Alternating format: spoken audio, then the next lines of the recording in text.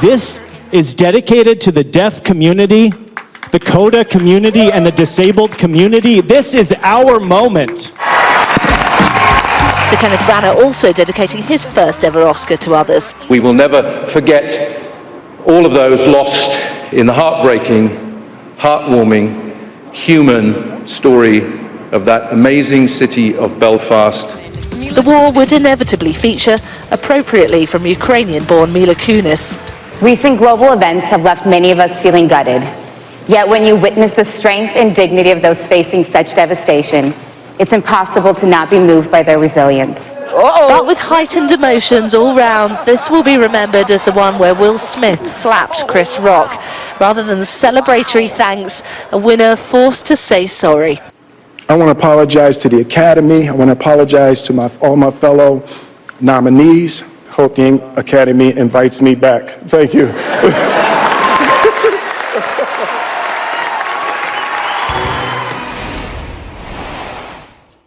Let's just take you live to East London. The Education Secretary, Nadeem Zahawi, is talking about the school's white paper. This is something the Education Minister wants to help pupils who are at risk of falling behind in English and maths being offered targeted support. He's talking to parents and pupils in East London. What it does is it sets out our long-term vision for every child in our school system. It is levelling up in action. We really do now know we have the evidence of what really works, and therefore we should be able to scale it up. I hope it's a vision that is going to help every child reach their potential by making sure that they get the right support in the right place at the right time. I hope it's a vision in which all children can achieve more wherever they live. I think children in Knowsley or in Kensington are equally talented. It's just the opportunity isn't equally spread. So by 2030, what I want to see is that 9 out of 10 primary school children being able to achieve that really good, that adequate standard in their reading, writing and maths. And of course, in secondary education, I'd like to see the average grade in both English language and maths GCSE increase from 4.5, which is what it was in 2019, to 5. What does that mean? Well, it means that thousands of pupils, it sounds modest, only 0.5%, but getting there is challenging. Why? Because actually by boosting the average, it actually means that all children have to do better, whatever their level of attainment. So if you take a child who goes from grade 2 to grade 3 or grade 8 to grade 9, they will contribute to that ambition as much as the child who goes from grade 4 to 5. So every parent can rest assured that their child is going to get that attention that they deserve, however well they are doing. I hadn't been long in this job when an interviewer asked me what kept me awake at night. My answer was that each day, each week, each month that goes by, with children not getting the education they deserve, means another day, another week, another month where their life chances are being dashed. This is something that I worry about, that I go to bed at night thinking about, and that we must change. This white paper aims to harness the great teaching that is already taking place with that additional targeted support, so more children in both primary and secondary school get extra help where they are struggling and at the right time. That's exactly what is already happening in thousands of excellent schools, but crucially, it is not yet happening in every school. Under the reforms, we pledge to parents that whenever your child falls behind in English or maths, regardless of their school and regardless of their postcode, your child will receive tailored support to help them back on track. And of course, the school will keep you up to date on how your child is doing.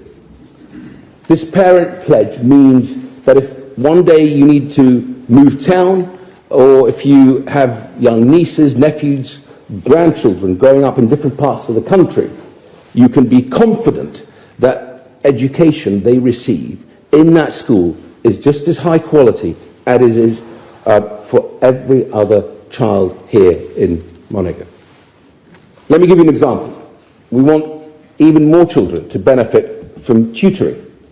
Tutoring is here to stay, my friends, and we want it to become mainstream. Over 1 million tutoring courses have already been started by children who need them. It's an incredible addition to our education landscape. Why? Because tutoring used to be the privilege of the very fortunate or very wealthy. It is now freely available for millions of children who need it. I asked parents around the country to ask their schools, are they involved in the national tutoring programme? There will be up to 6 million tutoring courses by 2024. It is one of the most powerful tools at our disposal to get children to where they need to be, where they deserve to be. But it isn't the only tool. We are going to provide schools with guidance and, I hope, access to the best and latest evidence of what works. But there are also other critical elements in the jigsaw.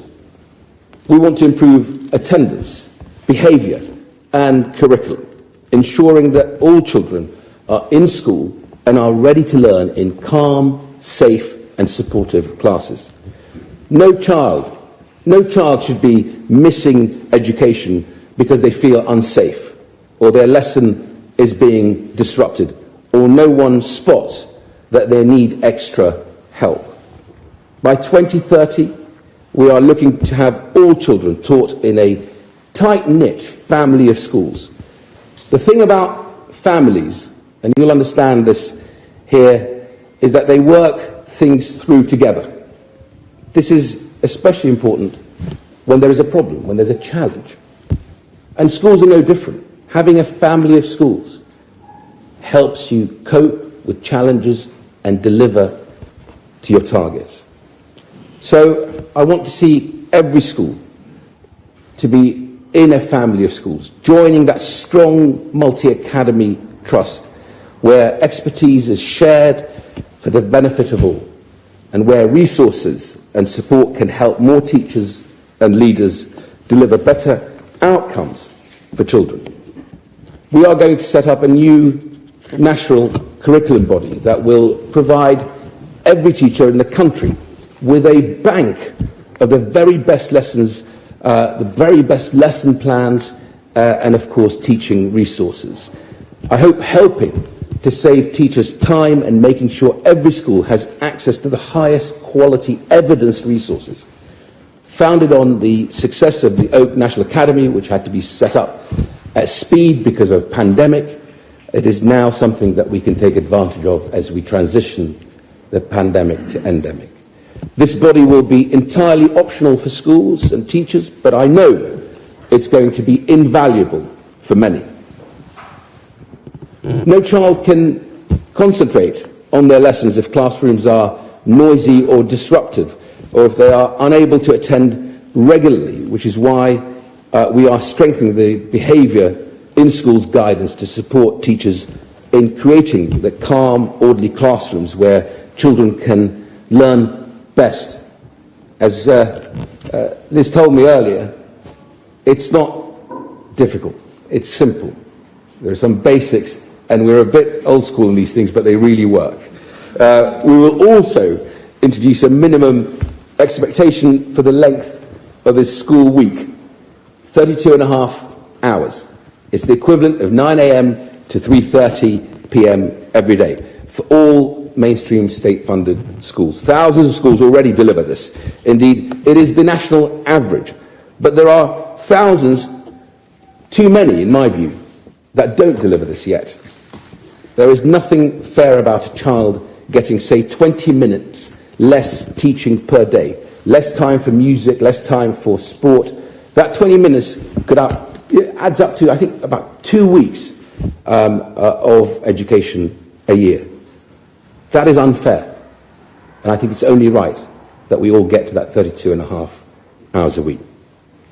While more time in school is clearly important, we know it's important. The evidence tells us that high-quality teaching is the single most important element in school in improving outcomes for children, especially for those from disadvantaged backgrounds. Every classroom in this country should have a truly excellent teacher, and that is why the White Paper will continue our teacher training reforms to make that a reality. And later on this week, I will be setting out in more detail how we'll deliver for those who need more help to make the most of their potential in our review of education for children with special needs and disabilities. But I want you to know that I will work all hours. I am working tirelessly to bring everyone with us on this journey so that we can realise the full potential for the next generation, whether it's the Church of England schools, Catholic schools, religious schools, grammar schools, across the board. Join us on this journey, because ultimately it is those outcomes for those young lives that makes the difference. We're going to spread brilliance throughout the country and create a school system where everyone and every school is working together, and all of us are focused on delivering outcomes, because if we focus on that and we follow the evidence, we won't go far wrong. Only by creating this system can we be really confident about levelling up every part of our country and, of course, championing the interests of every single child. Thank you for listening to me.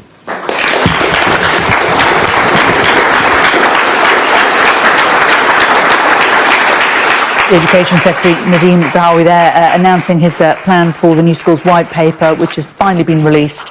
An increase in grades to help children do better in English and maths at GCSE. They hope that more primary schools will become academies, help for schools not achieving good status by Ofsted, and also a minimum standard for the length of the school week, 32.5 hours for all pupils.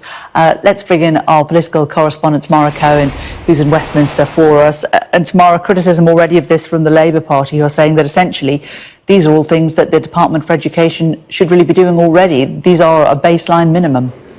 Indeed, they say that the government's plans lack ambition, particularly on their pledge for 11-year-olds leaving primary school to be reaching acceptable standards in reading, writing and maths. Nadeem Zahawi said he wanted 90% of those leaving primary school to be reaching those standards by 2030, compared to around 2/3 at the moment. And they say that parents would expect that's what schools do already, although Boris Johnson says that he's making a pledge to parents that if their children are falling behind in English or maths, they should get tutoring or other interventions to help them get back on track. And that's been one of the big criticisms over the last couple of years of the government's response to the pandemic and its big impact on children's education, is that they were advised to spend £15 billion on helping children catch up, with lengthening the school day by an hour, one of the key proposals. They didn't do that. They put £5 billion into it. And Nadeem Zahawi has been at the forefront of saying, look, we want to make sure that the money we're spending is doing what it's supposed to do. And there has been criticism of the tutoring programme, that it's not meeting its targets, it's not being delivered to as many children as it should be. So he's trying to get all of that back on track, and also wants the average grade at GCSE, which is currently 4.5, to go up to 5, and to sort of to normalise the length of the school day between different schools, with concerns that some schools are finishing early. Now that is happening next year, so that should happen pretty quickly. Labour say that they should have gone with the far more expensive catch-up proposals, which would have helped children recover more quickly. And the teaching unions are also saying that where is the drive to recruit and retain more teachers, which is going to be crucial to all of this. So some criticism already of what Nadeem Zahawi is announcing today, but he says that this is going to be critical to getting children back on track after the pandemic. Tamara, thank you very much. The government has told P&O Ferries it will have to pay at least the minimum wage or face a ban from British ports. It comes as the bosses of P&O's rival ferry companies are to meet the government officials later today to tackle foreshadowed delays during the Easter holidays. Well, let's cross to Katie Barnfield in Dover now. And the government wants P&O to rehire all of the sacked 800 staff. It doesn't seem incredibly likely, does it?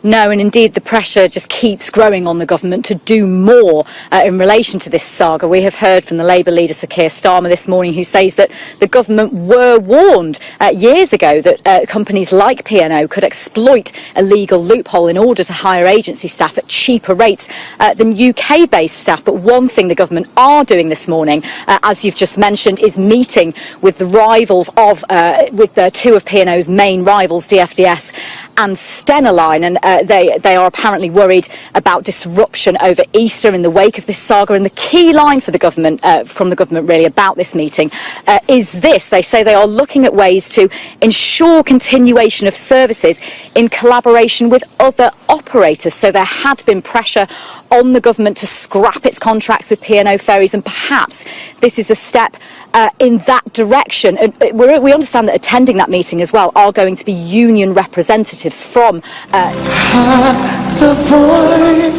Hallelujah. Praise the Lord.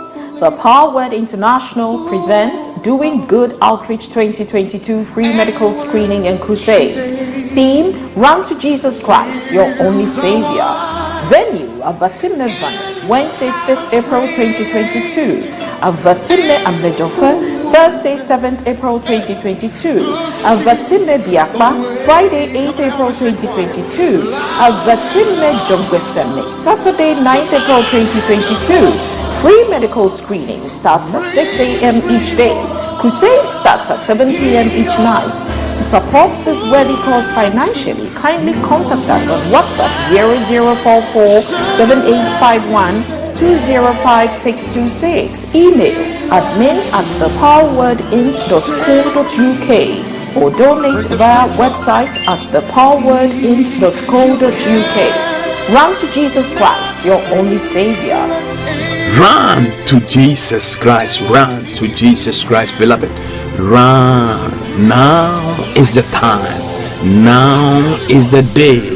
Today is the accepted and appointed season for you to run to Jesus Christ. Run to Jesus Christ. Hallelujah.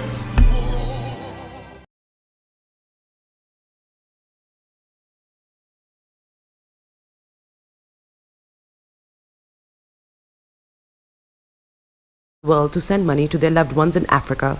With SendWave, you can send money to Ghana, Nigeria, Kenya, Uganda, and Tanzania. And the best part is, SendWave is absolutely commission-free. Our exchange rates are excellent. You can see for yourself by checking them out on our website. So how do you use SendWave? SendWave is an app that you can download onto your phone from the App Store or Google Play Store. The app is free to download. After downloading it, just open the app and enter your name, email, and phone number. That's it. You're good to go. Make sure you use the promo code SR. S for Starr, R for Radio. This promo code will give you £5 free credit to send to Africa on your first transaction. Your money will be delivered to your recipient within seconds. Feel free to call me on 0749 7377 647 at any time. I'll be happy to tell you all about SendWave and help you in any way I can. Remember to use the promo code SR for £5 free credit. Medasse. Tune in to On Point here on Star Radio UK with Empress Regina every Monday at 5 p.m. GMT.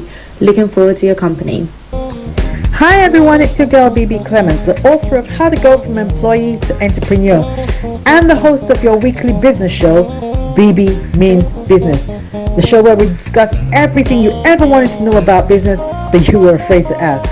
How do I start my business? How do I raise the finance? How do I grow my business? Where am I going to find my customers?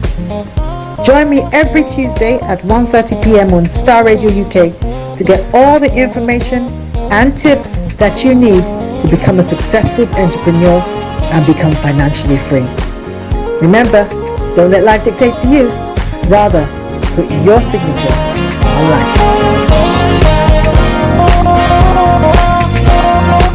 check me out. He tells me my energy is making him tired. Yes! How do you get the energy to do I've been told that I have a lot of energy, but my goodness, I think today I have met my match, people. I have met my match, Miss Suzette. Wow, amazing. One of the things that's the start of the Darkness. whole of darkness. So what did that Myself and the world will adjust. And 2019. Forget the proverbial boardroom. Join me, Simone Frazier, on The CEO, the program that gives you the driving seat over your life. Every Tuesday, 8 p.m. only on Starr Radio. Show them you got the Coco set. Ladies and gentlemen, it's your boy Harry Song, aka Mr. Songs. This is the Kingmaker Baba for the girls. We're here. This is Starr Radio. Don't go nowhere. UK, London. We they call them London for home. We're here. We call them London. And I sabi you know, just have fun and stay blessed. Hi there, this is CJ and welcome, your life coach. And whenever I'm in London, I listen to Starr Radio UK right here. But guess what? You can listen to wherever you are. The best radio show. Broadcasting worldwide, online 24/7. All around the world. In your car. At work. At home. On your smartphone. This is Starr Radio UK. Are you ready to turn it up? 10, 9, 8, 7, 6, 5, 4, 3, 2, 1. Birds flying high, you know how I feel. Sun in the sky, you know how I feel.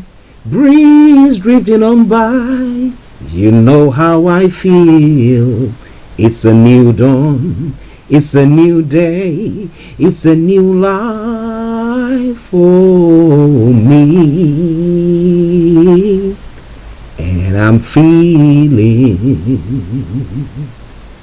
good. Hey there, this is Archie.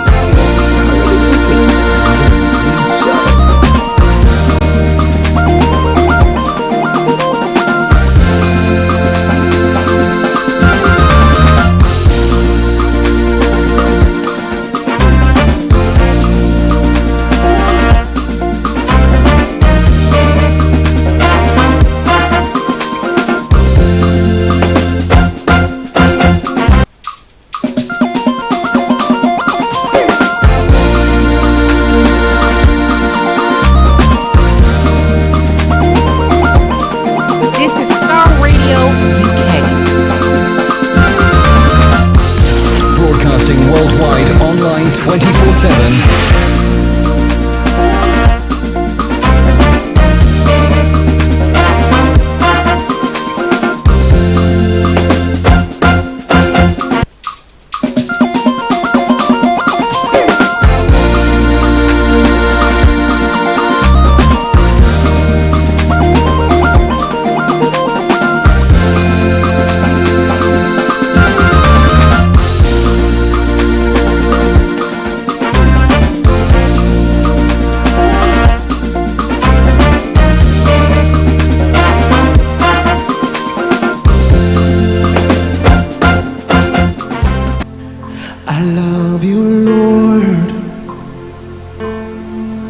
For your mercy never fails me.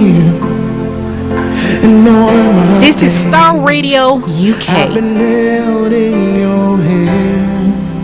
In your car. At work. At home. On your smartphone. Till I lay my head. Oh, I Broadcasting worldwide, online 24/7. Welcome. All my life you have been faithful. And all my life you have been so good. With every breath that I am able, oh, I will sing of the goodness of God. I love your voice. Hello, good morning, good afternoon, good evening, good dawn to you, wherever you might be on planet Earth. Those of you on other planet as well, we salute you all. We want to welcome you to the 28th of March, the year 2022, and the Monday morning edition of the morning show on Starr Radio UK. I've known you as a friend.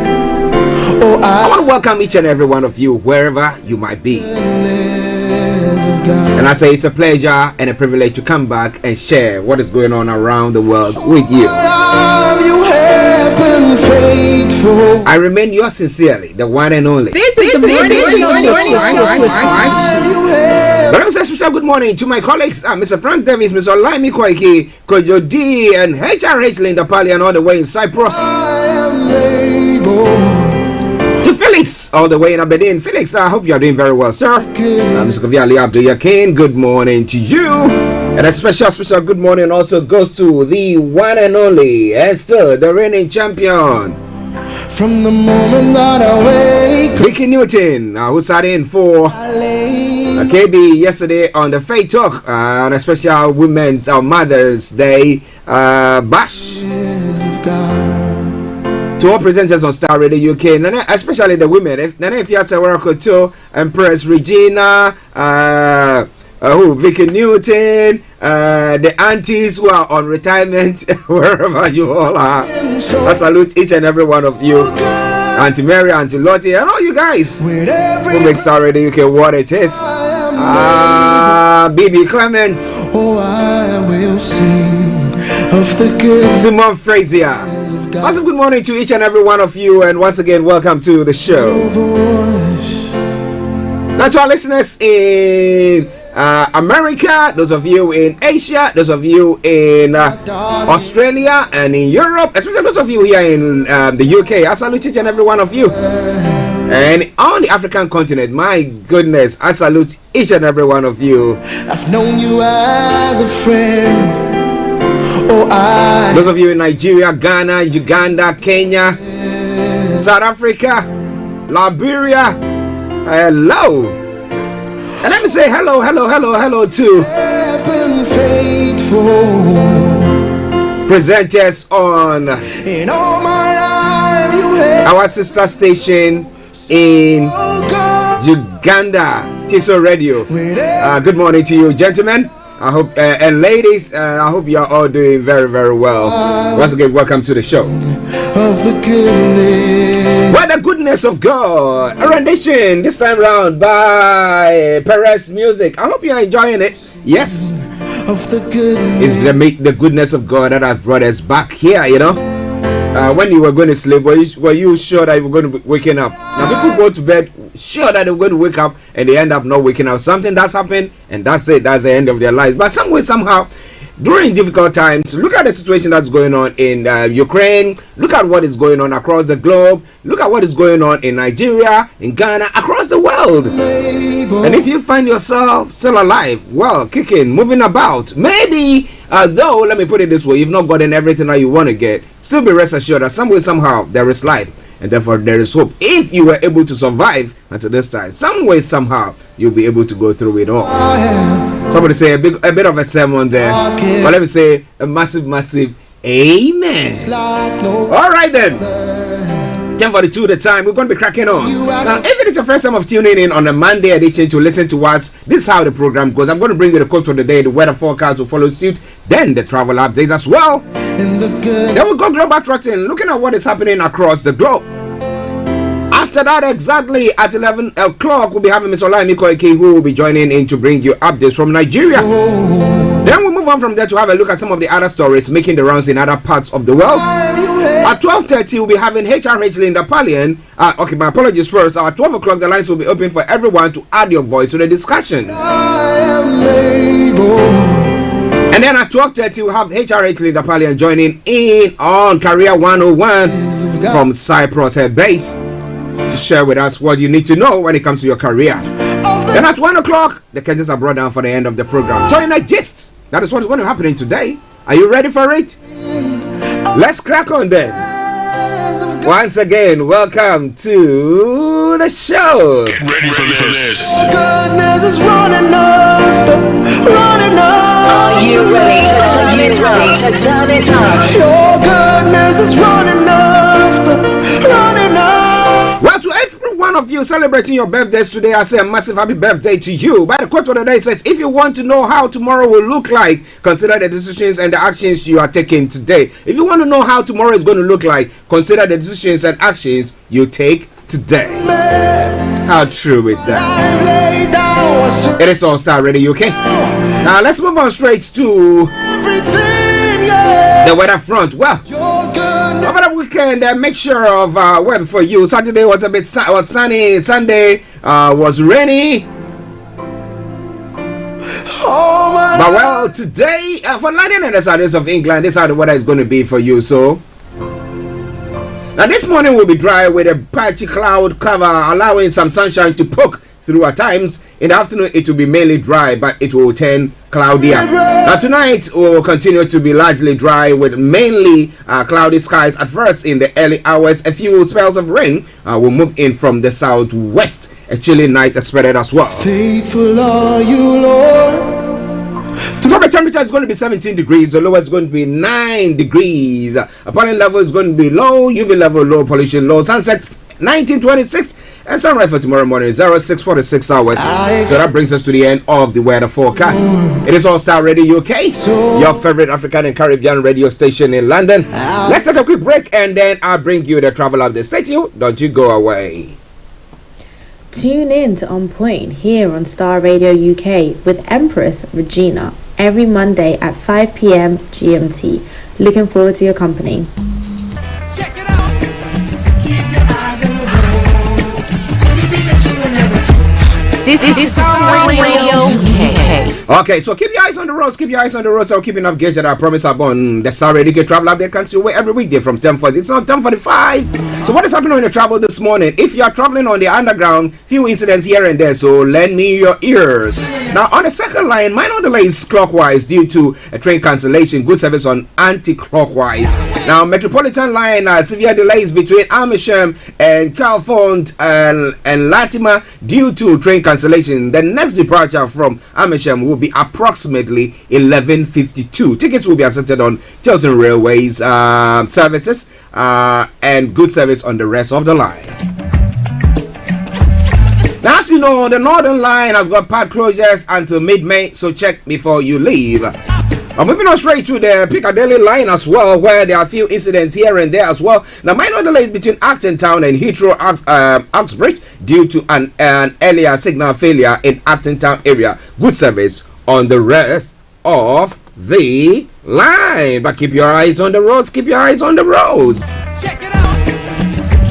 Now, let's move on straight to the River Bus. On the River Bus this morning, good service on all other lines apart from the Woolwich Ferry that is still suspended. Now on the major roads in London, A1 has got closures, A316 closures, A4 closures, Blackwall Tunnel closures there as well, Central London Red Route closures there as well. That aside, all the others, no exceptional delays. And continue to keep those eyes on the roads as we keep you navigated. Now finally, let's move on to the National Rail. So on the National Rail this morning, cross country, Gatwick Express, Great Western Railway have all got special service.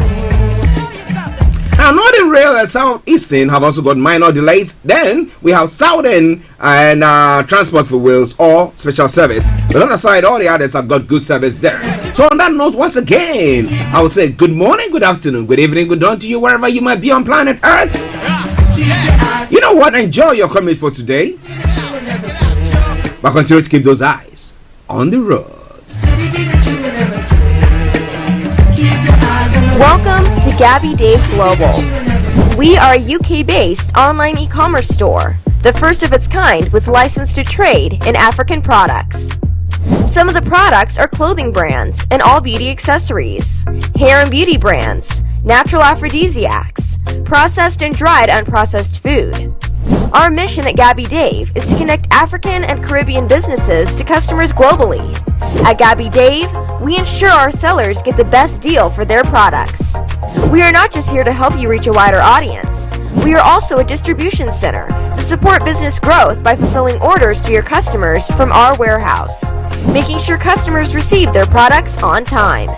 We are inviting all Black-owned businesses to trade on our platform because we strongly believe Africans have a unique brand the customer would appreciate globally. So get in touch today and let us make your product and business go far. Hallelujah. Praise the Lord. The Power Word International presents Doing Good Outreach 2022 Free Medical Screening and Crusade. Theme, Run to Jesus Christ, Your Only Savior. Venue, Avatime Van, Wednesday 6th April 2022. Avatime Ambejofe, Thursday 7th April 2022. Avatime Biakpa, Friday 8th April 2022. Avatime Jongwefeme, Saturday 9th April 2022. Free medical screening starts at 6 a.m. each day. Crusade starts at 7 p.m. each night. To support this worthy cause financially, kindly contact us on WhatsApp 0044 7851 205626. Email admin@thepowerwordint.co.uk or donate via website at thepowerwordint.co.uk. Run to Jesus Christ, your only Savior. Run to Jesus Christ. Run to Jesus Christ, beloved. Run. Now is the time. Now is the day. Today is the accepted and appointed season for you to run to Jesus Christ. Run to Jesus Christ. Hallelujah.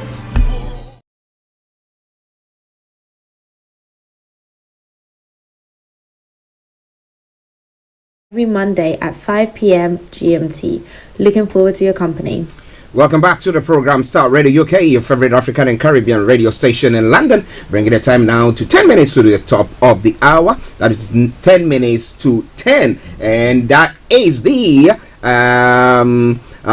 travel update that came your way earlier on. But it's now time for Global Trotting. And as I say all the time, well, if you are standing down, you better hold on to something. If you are sitting down, sit very comfortably. But you know what? Get yourself a hot or cold drink, whichever is appropriate. And then let's take this journey. But you have to make sure that you are all buckled in nicely. And I mean, sitting very comfortably. Because at times it does get bumpy. Yes. So, quickly going through some of the stories making the rounds this morning. Well, Rivers Governor Wike declares for presidency. Lambas fellow PDP aspirants Atiko, Saraki and others. Well, the banter has started. A pandemonium in Niger State as residents flee after 24 hours attack by terrorists. We'll bring you more on that front. Well, when it comes to updates from Nigeria, that'll be coming your way exactly in the next 9 minutes from 11 o'clock, when we'll be having Mr. Olayomi. Nigerian ruling APC party appoints new chief to tame wrangles. Okay, who appointed him? Is it by a consensus or what? We'll be looking into all those stories coming your way in a moment. It is Starr Radio UK. It is your favorite African and Caribbean radio station in London. Well, interestingly, the Oscars took place, the 94th edition of the Oscars took place, but it seemed to be overshadowed by what took place between Will Smith and Chris Rock. Now, Chris Rock made a joke about Jada Pinkett Smith's shaved her, who did not appear to go over well with her husband Will Smith. While presenting the awards for Best Documentary, Rock joked, Jada, I love you, G1 or GI, Jane 2, can't wait to see it. The camera cut to Pinkett Smith, who rolled her eyes as she sat next to Smith. That was a nice one, Rock said, appearing to respond to the joke not going over well. Now, Pinkett Smith has been open about her struggle with alopecia and autoimmune disorder that leads to hair loss. Well, Rock then said, and laughed as Smith walked towards him on stage and appeared to strike Rock in the face. Well, so people have been debating this morning since it happened, and some say, well, yeah, that's good for us as women, I mean, especially those who are suffering from alopecia as well. But others are saying that, well, there are ways of resolving issues, so that's not the way out. But we'll be coming to that. I will allow you to bring your take. Would you stand up for your man or your woman in the midst of the public and then go maybe or what would you want to do? Well, maybe some will say, well, the way out, you just tell the person, cut it, and then you say, yeah, we meet outside there. Maybe that would have done it, but do you think that it's a good example, especially when we have these ones being role models for all our kind, especially when we are saying Black Lives Matter, we want to promote blacks when it comes to the Oscars and everything, and why we see this, is it a dent in our image? Well, we'll be talking about that in a moment, but don't you go away. It's all coming your way from Starr Radio UK. In other stories as well across the globe, Ukraine pauses civilian evacuation, warning of danger. Ukraine says it will not open humanitarian corridors from its cities due to warning of Russia's provocation on routes. Well, the fight continues there. Biden off script remarks are so dangerous. Well, he did make a statement over the weekend that the U.S. president has made a series of unscripted remarks this week, soaring U.S.-Russia relationship. He said, well, he's a murderer. Now, he doesn't need to still be in power. Well, how can that person be in power? But he said, I didn't call for his removal. And the Russians are saying that he was voted democratically into power. Whatever the democracy is, well, they think that is their democracy, and that is how it works. Well, what do you think about all that? But the thing is, calling a spade a spade. All right, then. So we'll be talking about all that in a moment, but it's all coming away from Starr Radio UK. Now, ferry operators face having to pay UK minimum wage. It is a part of a bid to persuade P&O ferries to reinstate 800 staff sacked without notice 11 days ago. How far would they go? Would they see to reinstate them? What do you think about all that? It's going to be coming more, will come your way in a moment. Now, when it comes to education of our children, our targets aim to push up maths and English standards. That's the story is coming through. Now, critics say the plans for England schools lack ambition and could leave poorer peoples further behind. So, what is the way forward when it comes to our education, especially of our youth? I remember about last 2 weekends away, I went somewhere, and on my way, because I wasn't driving, so I decided to hop in a bus. So, whilst I was sitting at the bus stand, a young black boy walked and just came to sit there. He had his headphones on, and then later I heard him chatting with somebody.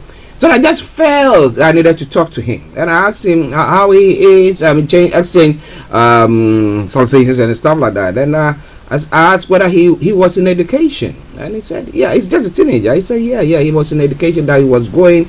Somehow I've forgotten the name of the school, and I was like, good. And I said, here that you are is an opportunity. Though we might want to be saying that, look, because of our color we are discriminated against and blah blah blah, but the opportunities here better than where you might have originally come from, or your parents might have come from, and therefore take advantage of these opportunities. Because one thing is, what is in your head, nobody can take it away from you. They can take everything. Can you just imagine what is happening in Ukraine? Yes, everything is lost, but what is in their head is what they are going to be using now. What about you? So I encouraged him, and then he was happy. He was happy. Later on, I thought, let me give this young boy something to go and have lunch with. He was so happy. We got on the bus, and when I got off the bus, I got just about 3 stops away and just waved him. But we need to get our words. But do you think that this statement that has been made this morning by the Education Secretary goes far enough, and that gives your children gives you confidence that your children are going to do better off than you have done? Well, it's all coming away from Starr Radio UK. 3 minutes to the top of the hour, the time, the Monday edition of the morning show. Now, in Ghana as well, NDC has a problem with the judiciary. Many funny judgments given. That's what the former president has said. Now, the former president, John Mahama, says the National Democratic Congress has problems with the judiciary and called on the Chief Justice to institute reforms within the courts. Now, he goes on further to say in the court, he said, we do have problems with the judiciary, I must say. I think that is necessary for some internal reforms to take place there. It is necessary for the Chief Justice or whoever is responsible to make some reforms. Mr. Mahama told supporters of the NDC in the United States, where he has been visiting. He added, most of the governance institutions have been politicized. I give the example of the judiciary. It is only in Ghana that the Supreme Court will make a decision that a birth certificate is not a proof of citizenship. Where are my people? Well, some are saying because of the way it can be acquired fakely, you can get about 20. Listen, I mean, some of us had ours original, so well, but others don't have it, and they are gone on to go get it, and that's what. Mr. Mahama also referenced research by his former executive secretary and lawyer Raymond Tuguba, who argued that judges in crucial political cases rule based on their party lines. Well, how true is that? We'll be talking about that. I want to have your take on those issues that is going on in Ghana as well. Now, when it comes to the African front as well, still continuing, well, the Ghana-Nigeria match drew. There was a draw game, goalless draw. So I think it's going to be another match. Well, tomorrow in Nigeria. How's it going to fare? Well, Ghana Jollof, Nigeria Jollof. We'll be talking more about that in a moment. But wherever you are, don't you go away. In Rwanda, 26-year-old Janet Uwimana defying the odds. A 26-year-old Janet Uwimana living with speaking and hearing disability in Rwanda is defying all odds by pursuing her dream to become what? A model. Or what do we even put it? How do we... yes, let me put it that way. Defying all the odds. I mean, where people are saying that we're not going to sit down for whatever disability or whatever shortfall that we have to hold us down. Some way, somehow, we're going to rise up and get things done. Now, what about you? Well, a lot more going to be coming your way. But now, let's take a musical break. And once we come back, we'll be having Miss Olayomi Koiki joining in. And this is from Nana Manuel, my favorite musician now. And he says, it go be. Enjoy it. It go happen.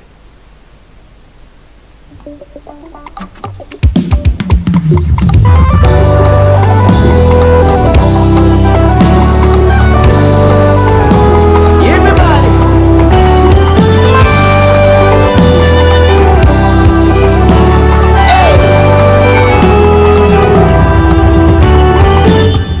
It go happen, it go happen.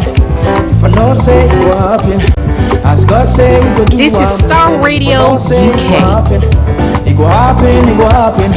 If I know say it go happen. As God say it go do one. If I know say everybody say it go happen. Certainly I'll say it go happen. As God say it go do one. If I know say it go happen. It go happen. It go happen, it go happen. If I know say it go happen. Yeah. Say it go do one. One more time. Say it go happen. It go happen.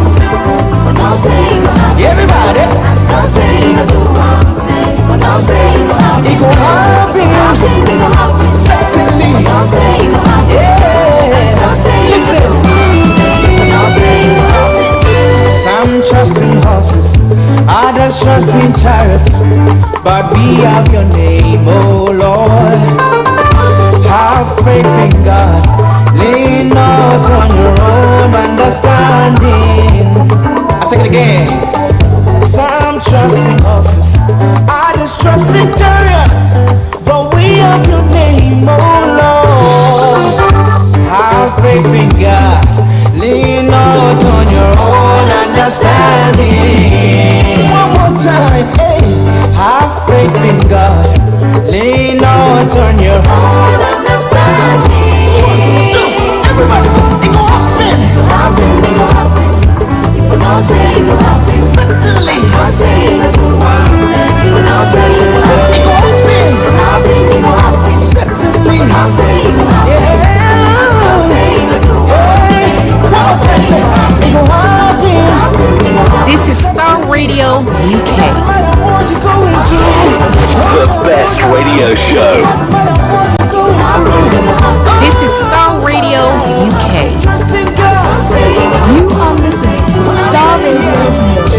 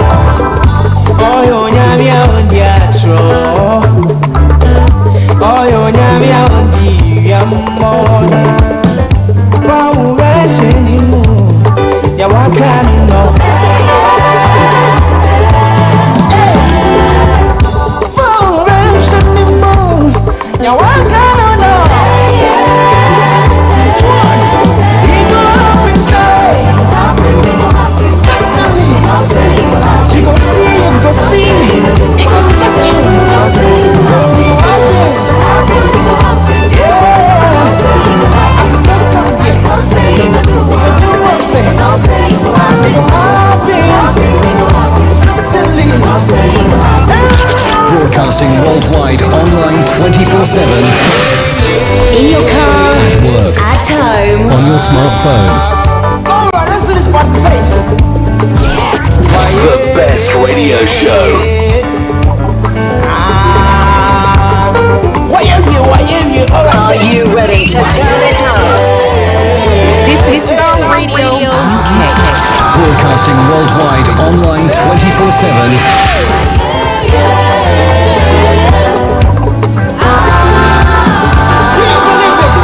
Do you believe it? Say.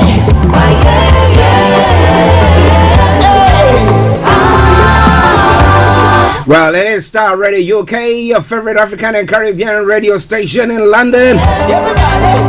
5 minutes past 11 the time. What did I say the time was earlier on? I think one of my my computers is giving me a different time. But hey, it's 5 minutes past 11. It's not 5 minutes past 10. I'll take it again. 5 minutes past 10 is GMT. But this is BST now. 5 minutes or 6 minutes past 11, and it is Starr Radio UK. We have Mr. Olayomi joining in at the moment. We can't see him, but he will be on in a moment. But wherever you are, stay glued to your sets. Don't you go away. Share the broadcast with your friends and loved ones, and invite them to like our pages. After all, you know what? It dey happen, keke. Well, some of the stories that is going to be happening here in the UK pertains to out from Nigeria. Let me put it that way. Gas tanker explodes near First Bank building at Mowe.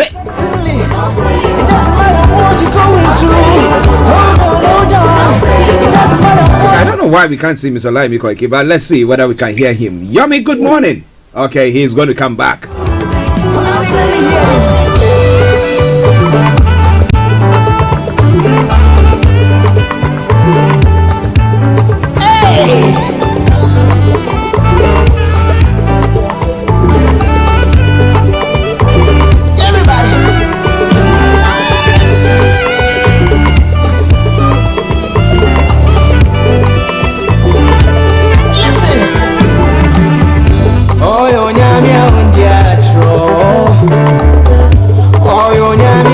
Okay. I can't see him, but let's see whether I can hear him, and let's see whether we can sort that out whilst that is going on. Yomi.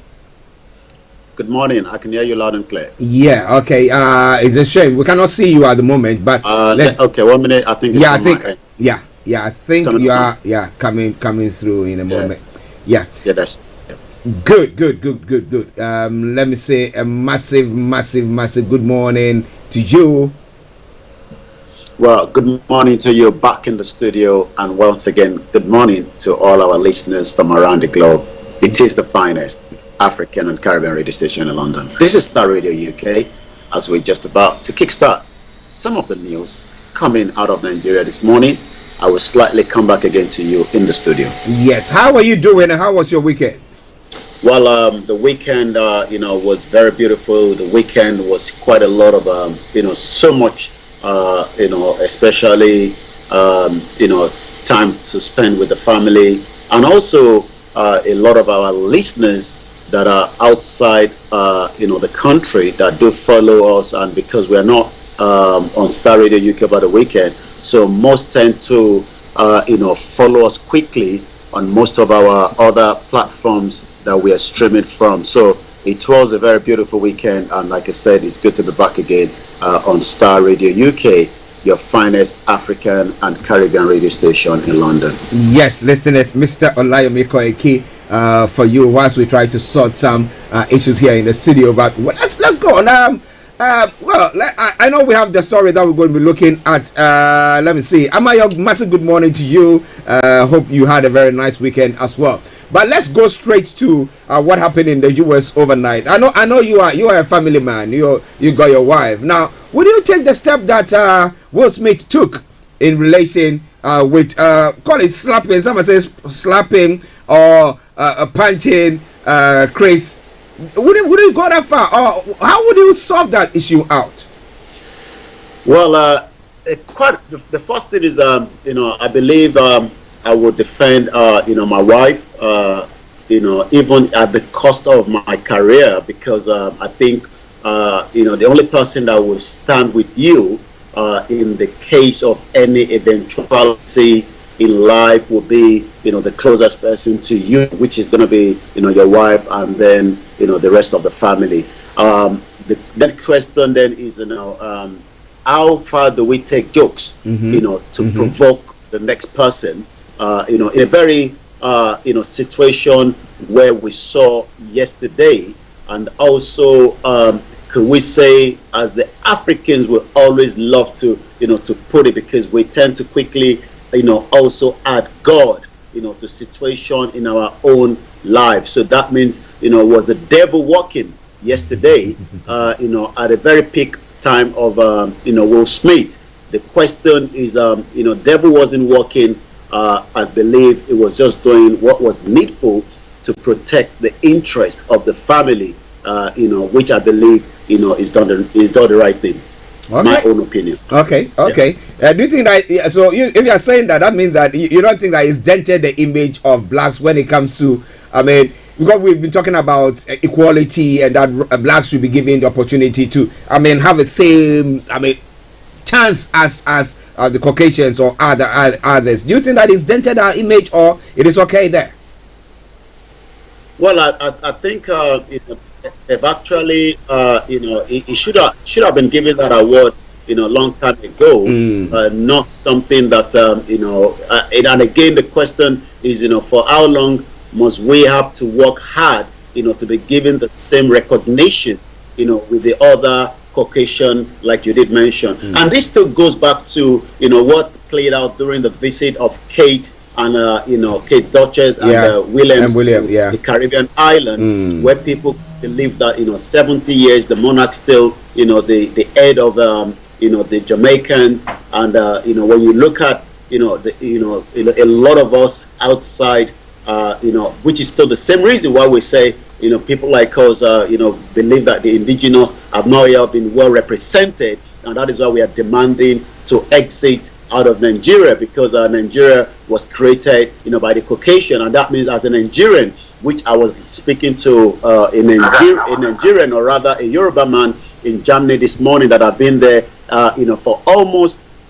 10 years without it being documented, and yet, even though he's been told he might be returning back home, to process his coming back entry to Germany, as a partner to somebody there, but yet his passport is not valued. So, the situation with Will Smith would have to be looked in different views, and yes, definitely there will be different commentator around it. The question is, should Chris Brown himself have put that kind of joke, to another brother like Will Smith? Well, listeners, that is your mistake on it. Yeah, we'll be coming to that later on. But now it's time for us to go to Nigeria. Let's look at what is happening when it comes to Nigeria. Now, another explosion, a very sad one, in Ogun State. What is all that? How did it happen as well? Well, it's a gas explosion. But before we go into that, just about a week ago, there was a kind of a slap as well during the inauguration of the governor of Anambra State, Soludo, where the former wife of Ojukwu, Bianca, decided that she was not going to take it when the previous wife of the governor that was leaving, Obiano's wife, decided, I don't know what happened, stood from her seat, went to see her where she was sitting down, and commotion started with slap and slap. So it looks like it's the month of slap. Okay, listener, just bear with us. I think your miss line is playing up. Just bear with us. Just bear with us. I think your miss line is playing up. I'll try to raise the line back, but just bear with us. He's talking about, he reckons that it looks like it's a month of slaps, where slaps are going on left, right, center. But wherever you are, it is Starr Radio UK. It is your favorite African and Caribbean radio station in London. And I might not say it's Will Smith's action is wrong. He should have rather file a case than reacting. But what would you do? Let me say good morning to Mr. Kofi Ali Abdul Yakin as well, who has also joined in. Kofi, I hope you are also doing very, very well. But you can put your comments on our Facebook page. Post your comments there, and I promise you I'm gonna be reading that as well. I think I've got Yomi back, but I can't see him. So Yomi, if you can call back so that we can see whether we can get your image. I'm using the streaming, so we're gonna have to disconnect the streaming so that we can get the signal. Okay. So whilst Yomi try to sort that out, let's continue. I want to have your take. Guys. I want to have your take there. Okay, so Wise is trying to sort that out. Let's see whether you can still go on. We're talking about the slapping incident that took place. Okay, listen, just my apologies there. Okay, I think we should have him previously. Yes, we have him. We have Mr. Olayomi Koiki back on. Hello, Yomi. Yeah, I can hear you loud and clear. Okay. Yeah, good. Yeah, so you were narrating the case between Ojuku's former wife and I think the sister during an inauguration where some slaps took place as well. So you said it's nothing new there. Yeah, well, I mean, like I said, just a week ago during the the governorship, the new governor of Anambra State swearing in, there was some kind of dirty slap that was going on as well, where the wife of the late Ojuku, where she was sitting down as one of the guests, and the wife of the the outgoing governor decided to move closer to where she was sitting, and then all we saw was some kind of slap that eventually circulated as well. So like I said, it is the month of slapping. We just have to know which part of the globe the next one will be coming out from. So it seems it all started in Nigeria, and then it has now surfaced to the Oscar, where the event was being held yesterday. So that was actually what I wanted to just kick in before we move into some of the other stories coming out of Nigeria. As we were saying, the gas explosion is not the first time that we are seeing gas explosion.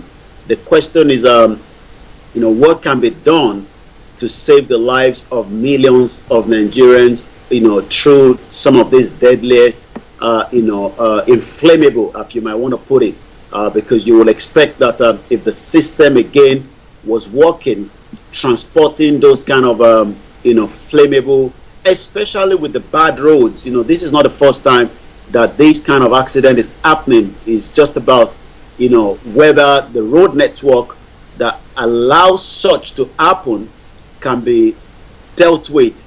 But again, yesterday, I'm not sure how many people died, but what we know is there was a gas explosion in Lagos State, in the axis between Lagos Ibadan Expressway, which eventually was a victim of danger to the resident within that vicinity.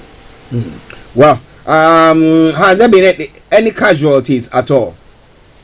Well, like I said, it's this happened yesterday, so that means it's still very sketchy in terms of any casualty. And the problem is when situation does occur in Nigeria, it takes some time before you can get the full clarity of the assessment, because again, this happened at about 10 p.m. on Sunday, and that means by this morning we'll probably be able to know the assessment. But I was actually reading somebody that was commented on our timeline when we posted that this morning says, my vehicle was just literally behind that vehicle. Wow. The trailer that has that explosion. So it was just about lucky, if you want to put it that way. And again, how many people will be lucky, especially when the needful has not been done by the government of the day. Wow.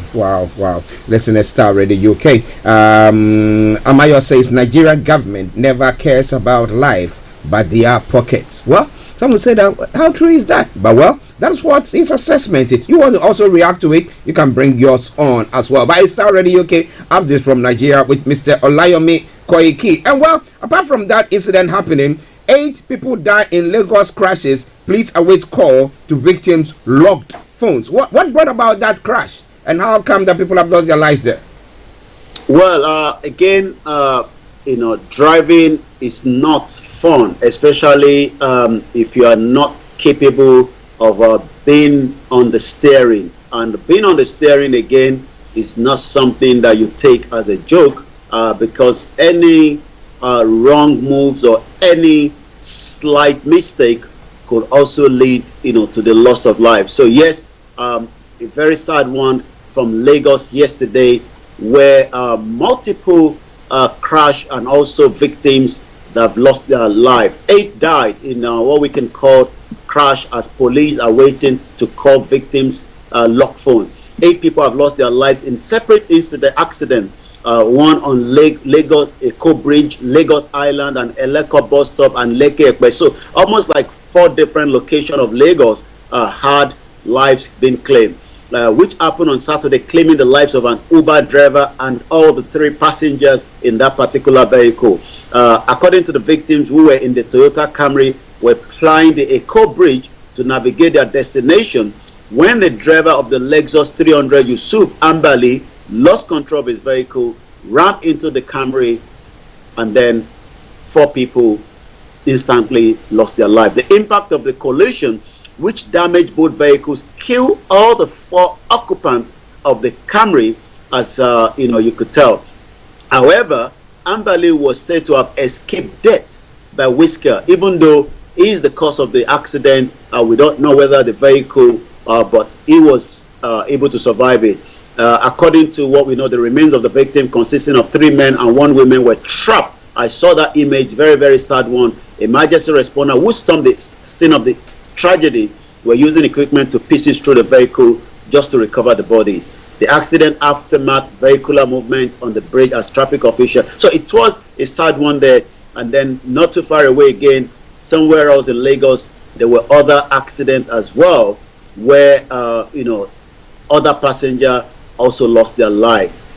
Again, the one at Eleko bus stop in Wadekwe, it was discovered that a tanker loaded with about 33,000 liters of petrol colluded with a Dangote PLC branded truck. The impact of the collision resulted in inflammation.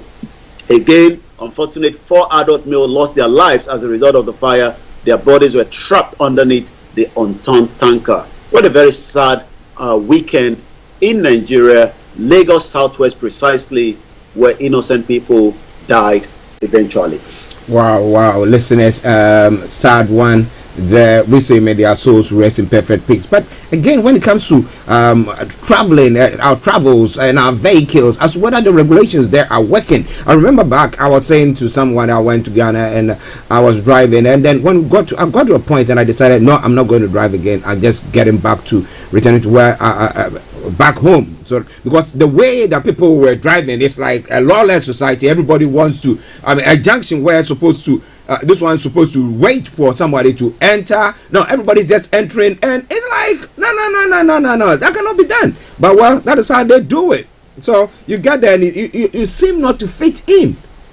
I don't know, but if that is what is happening, what are the police doing? What is the state itself doing about that? How sort of we control? Is it speed? The guy over speeding? So what brought about this collision? Are these people, even their families, going to get a necessary compensation that they need? That's another question. But well, it's all coming your way from Starr Radio UK. It is your favorite African and Caribbean radio station. in London. Now, in the past few weeks, months, and thereabout, we've had ASU that's been on strike continuous. Now, we had information coming through that the students union in Nigeria were going to also embark on a strike. I mean, countrywide strike where they were going to block roads and stuff like that. Now, we didn't hear much about that because it looks like, I don't know whether they were still waiting for maybe an action or inaction from government before they acted. But now information coming through saying that, well, varsity workers will embark on total strike if SANU and NASU, whether they don't come out with whatever their requests are. So has the ASU issue been resolved? And are the students back in on campus? And what is the varsity workers also their request here, where they are also saying that they're going to embark on a strike? Well, the Joint Committee of the Senior Staff Association of Nigerian University and the Non-Academic Staff Union of Education and also the associations of institutions have said they are ready to embark now on a total strike if the federal government does not grant their request. So we're now looking at three different institutions. I mean, three different representatives of the Nigerian students. Both the academic staff association, the non-academic staff, and also the association institution. So if they have to go on a total strike, that means we will go back to exactly what happened some 2 years ago, when almost the whole year, almost everyone was sitting at home without any kind of making it back to school. So the question again is, will this be resolved by the federal government? The federal government doesn't seem to be ready to resolve this issue. So there have been kind of a layback by the federal government of Nigeria to make sure that students can literally make it back to school. But again, this is quite a very sad one, that a lot of students that are meant to be at the university are currently sitting at home waiting on a miracle that would happen that would then allow them to go back to school. It's about the investment in education. Is the government ready to invest in education? And as we all know that according to the UN SDG, you must be well educated. But I don't think the government of the day in Nigeria is really concerned about the educations of millions of Nigerians, and that is why today so many people are still out of school. And as we continue to say that if you are not in school, sitting now at home, then there will definitely be more problem, because there will be more crime across the country. Wow, listeners, it's 26 minutes past 11. It is the Monday edition of the morning show. Updates from Nigeria with Mr. Olayomi Koiki. So at this juncture, we're just going to allow him to continue with some of the stories making the rounds. Over to you, Yomi. Well, let's go straight to some of the other headlines. It was a busy one for the APC convention, with a lot of display, a lot of conversation around it as well. But the most important thing is, it seems, according to them, that even though not everybody might be pleased, with some of the new National Working Committee, but now the APC has now inaugurated appeal, that will look into an appeal panel that will look into some of the allegations. Also, PDP is saying that Adamu, the new chairman, has fraud charges. That is, coming from the headline. The All Progressive Congress will tomorrow inaugurate an appeal committee that will address all the disagreement that arise from his national convention. Also, learned that the Senate will declare the seat of the Nasarawa West Senatorial District lawmaker Senator Abdullahi Adamu as vacant after he has now emerged as the new national chairman of the APC. The INEC is expected to conduct a by-election to replace him. The APC adopted the consensus method to elect 77 party members on Sunday, out of which 21 will be members of the National Working Committee. Also, Wike has now also declared his intention, to also be, the next president of Federal Republic of Nigeria. So, his declaration was made yesterday, saying that it is time, to take the battle back to PDP. But a lot of Nigerians would then ask, what has been the advantage of the PDP for 16 years in power? Pandemonium in Niger State as community and residents flee after 24 hours attack by the terrorists. Many residents fled from communities in Munya local government area of Niger State that have continuously been part of the state that have seen the havoc by the terrorist activities. But over the weekend, an attack by the terrorists, at least 6 communities were reportedly affected by the attack that started on Saturday evening, continue up to Sunday evening. The question again is, where are the government, where are the security to protect, the innocent Nigerians, as we might want to say? The attack came a week after Governor Sani Bello assured the internally displaced persons, the IDP, that they were safe to return to their community. A resident, Sheikh Abubakar, said the terrorists stormed Sakin Power Mina Road, where many adjoining communities were attacked. As I speak with you now, around 8 p.m. on Sunday, they are still there. So it looks like most of our local government now is now in the hands and control of the terrorist activities as well in the country. So let's take a look at businesses this morning. Nigeria spent $39.66 billion on foreign education, medical, and tourism, according to the Central Bank of Nigeria. That is equivalent to almost what some of the other countries like Turkey is making when it comes to their tourism sector.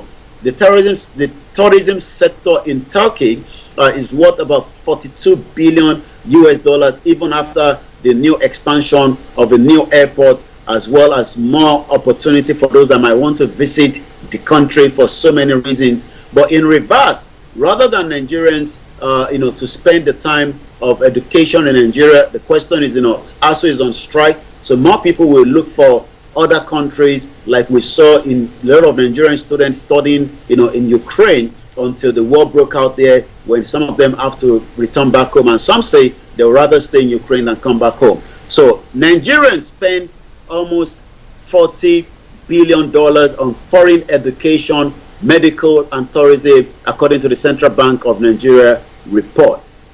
Bread prices may go up as bakers blame forex and energy crisis.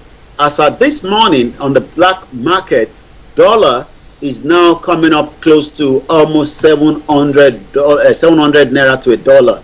The pound sterling, as at yesterday, is still coming up to about 772 naira to a pound. And the question then remains is how many Nigerians can continue to afford businesses operation in Nigeria when the dollar is going up, because most places that you will have to buy businesses product that you are using would have to be in dollar. So bread prices may go up as the Association of Bakers blame forex and energy crisis. Also, as we continue to look into the business, sluggish growth affecting Nigeria and other African countries, according to the World Bank. We know that not just sluggish, terrorism activities is having a big impact on so many businesses, because most people can't make it back from one end to the other without being kidnapped, or can't make it to their farm. The World Bank has stressed the need to boost labor output in Africa, states that sluggish productivity growth is making the continent lag behind many developing nations. This was contained in a press release by the World Bank website, announcing the publication of a report titled Boosting Productivity in Sub-Saharan Africa. I'm not sure you want to boost business activities in a country where terrorism is still a major concern. 116.46 million liters lost in 2021, says again NMPC. Last week, remember, on Friday, we talked about almost $3.26 billion US of total crude oil that was not accounted for. But again this morning, 116.46 million liters of fuel was lost in 2021. State governments sink deeper as NNPC plans 328 billion deduction in April. most of the states, we have 36 states in Nigeria, almost apart from Rivers State, Lagos State, maybe Kano, and some few other states that are generating, a kind of a revenue. Almost all other states rely on the allocation that is coming from the federal government. They are not giving back to the, to the federal government, but they are taking as much from it as well. So according to this headline, state government sink deeper as NNPC plans 328 billion naira deduction this month, next month, April. The amount spent by the federal government through the Nigerian National Petroleum Company Limited as a subsidy on premium motor spirit, popularly called petrol, in January and February this year is about 430 billion. NNPC disclosed this in its latest presentation to the Federation Account Allocation Committee meeting from March 2022. As it informed the meeting that it would deduct about 328 billion from what will be shared by FEC in April. So that means more states will not be getting as much as well from it, next April. So that means it's going to have a big impact on millions of Nigerians back home as well, in each of these states as well. So I'm going to go straight to what is trending on the social media this morning. Sonto Okonko at General_Sonto. At least 2 pregnant women were confirmed to have been slaughtered by the killer Fulani herdsmen in Mubuji and Ebo communities in Enugu State. That was, yesterday, according to that report. More people have been confirmed dead. Eyewitnesses and Nigerian soldiers helped in the attack. Hashtag Mother's Day. So you could see that, the genocide that is taking place in the southeast of Nigeria today is underreported, with the atrocity being committed by the Nigerian military and also the Nigerian government doesn't seem to be going away anytime soon. So again, we look at some of the other trending as well. According to Miriam Skit, at Miriam_Skit, the indigenous people of Biafra IPOB calls for self-determination reflect the ongoing concerns of discrimination, marginalization experienced by hashtag Biafrans trapped in one Nigeria. That hashtag IPOB has opinion that differs from the government, does not justify its prescription at United Nations. So you can see that more Nigerians are asking the question, are we really one? Is there unity among us in this country called Nigeria? And that is why, the demand of those that are saying a kind of an exit out of Nigeria is the only option moving forward as well. So I'm going to look at 1 or 2 more tweets and then I'll come back again. According to at Elochukwu Ohage, in 1966, northern Nigerian soldiers gathered more than 300 officers from the eastern Nigeria and murdered them. They went on to kill more than 30,000 eastern civilians in the north. Nigeria is never won and can never be won. So the question a lot of people are asking is, what is Nigeria and what is it all about Nigeria? This particular one at Cindy_, doing business in Nigeria is just pure cruise.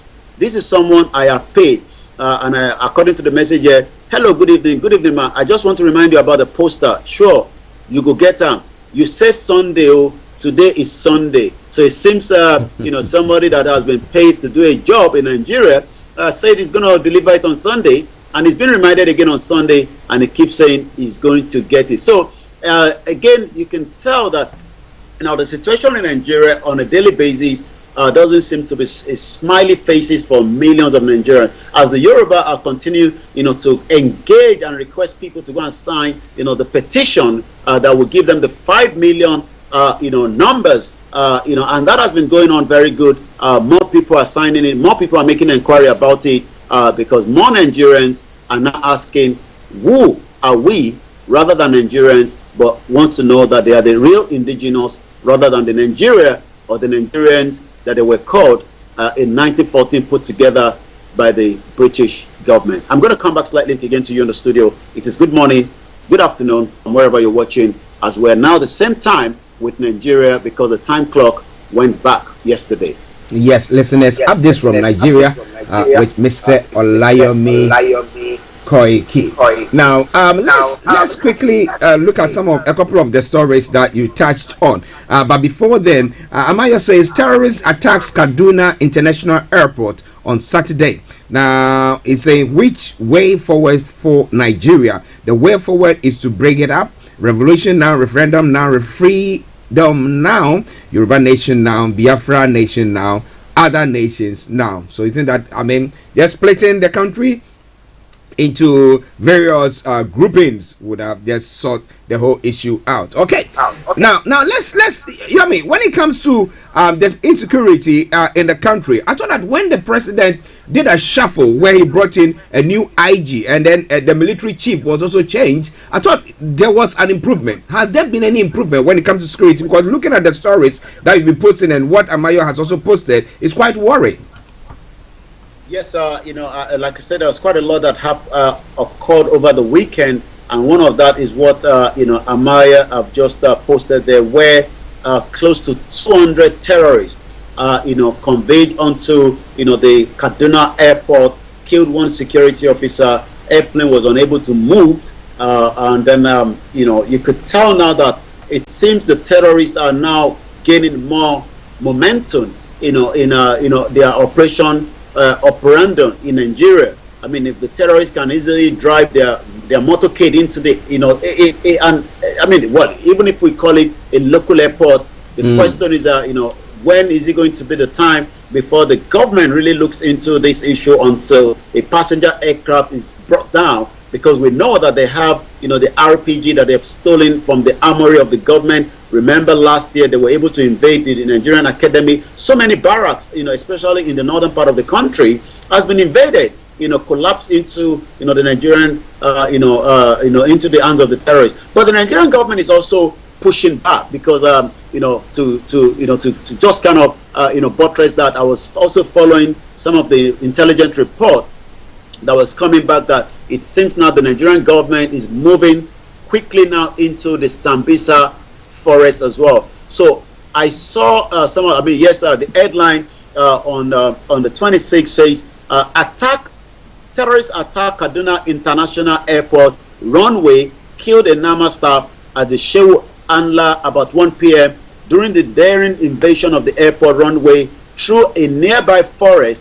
The attack also delayed a scheduled Amza Lagos-bound in-flight. Normalcy has returned. So when is that going to stop? But like I said, that was really a scary one.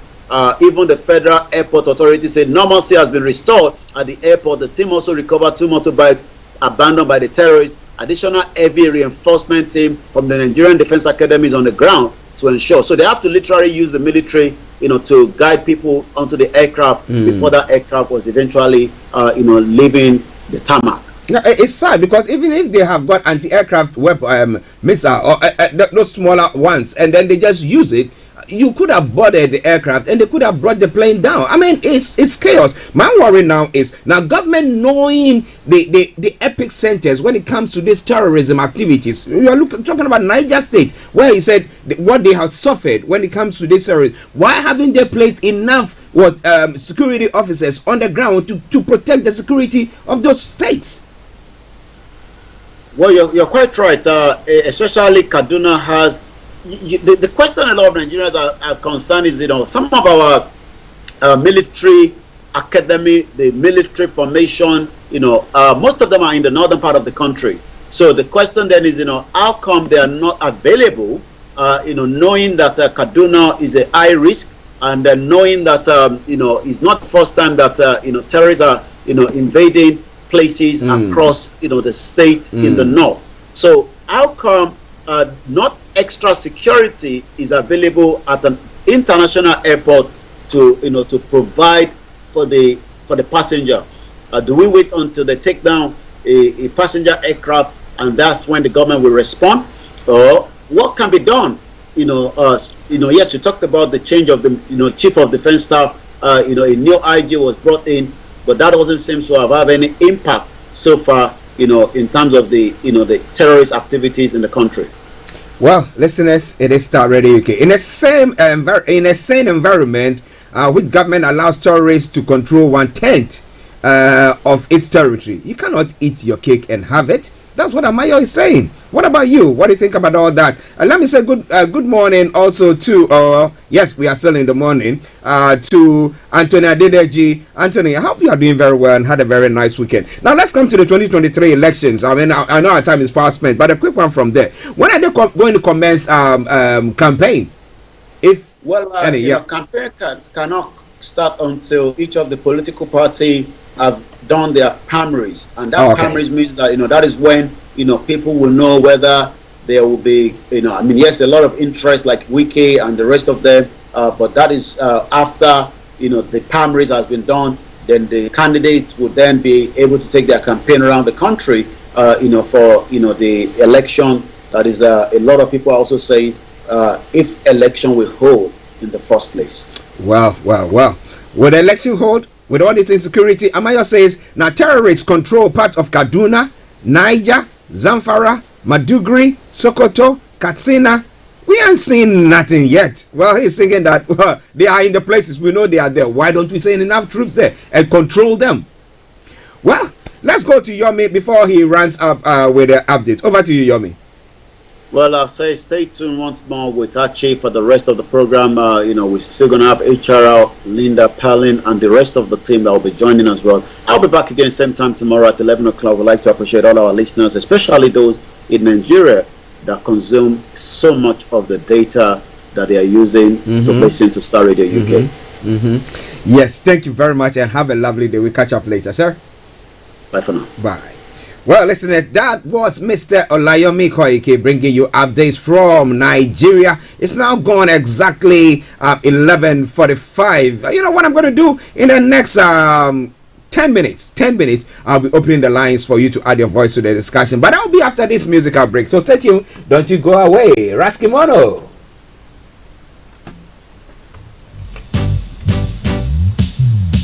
Yeah, man.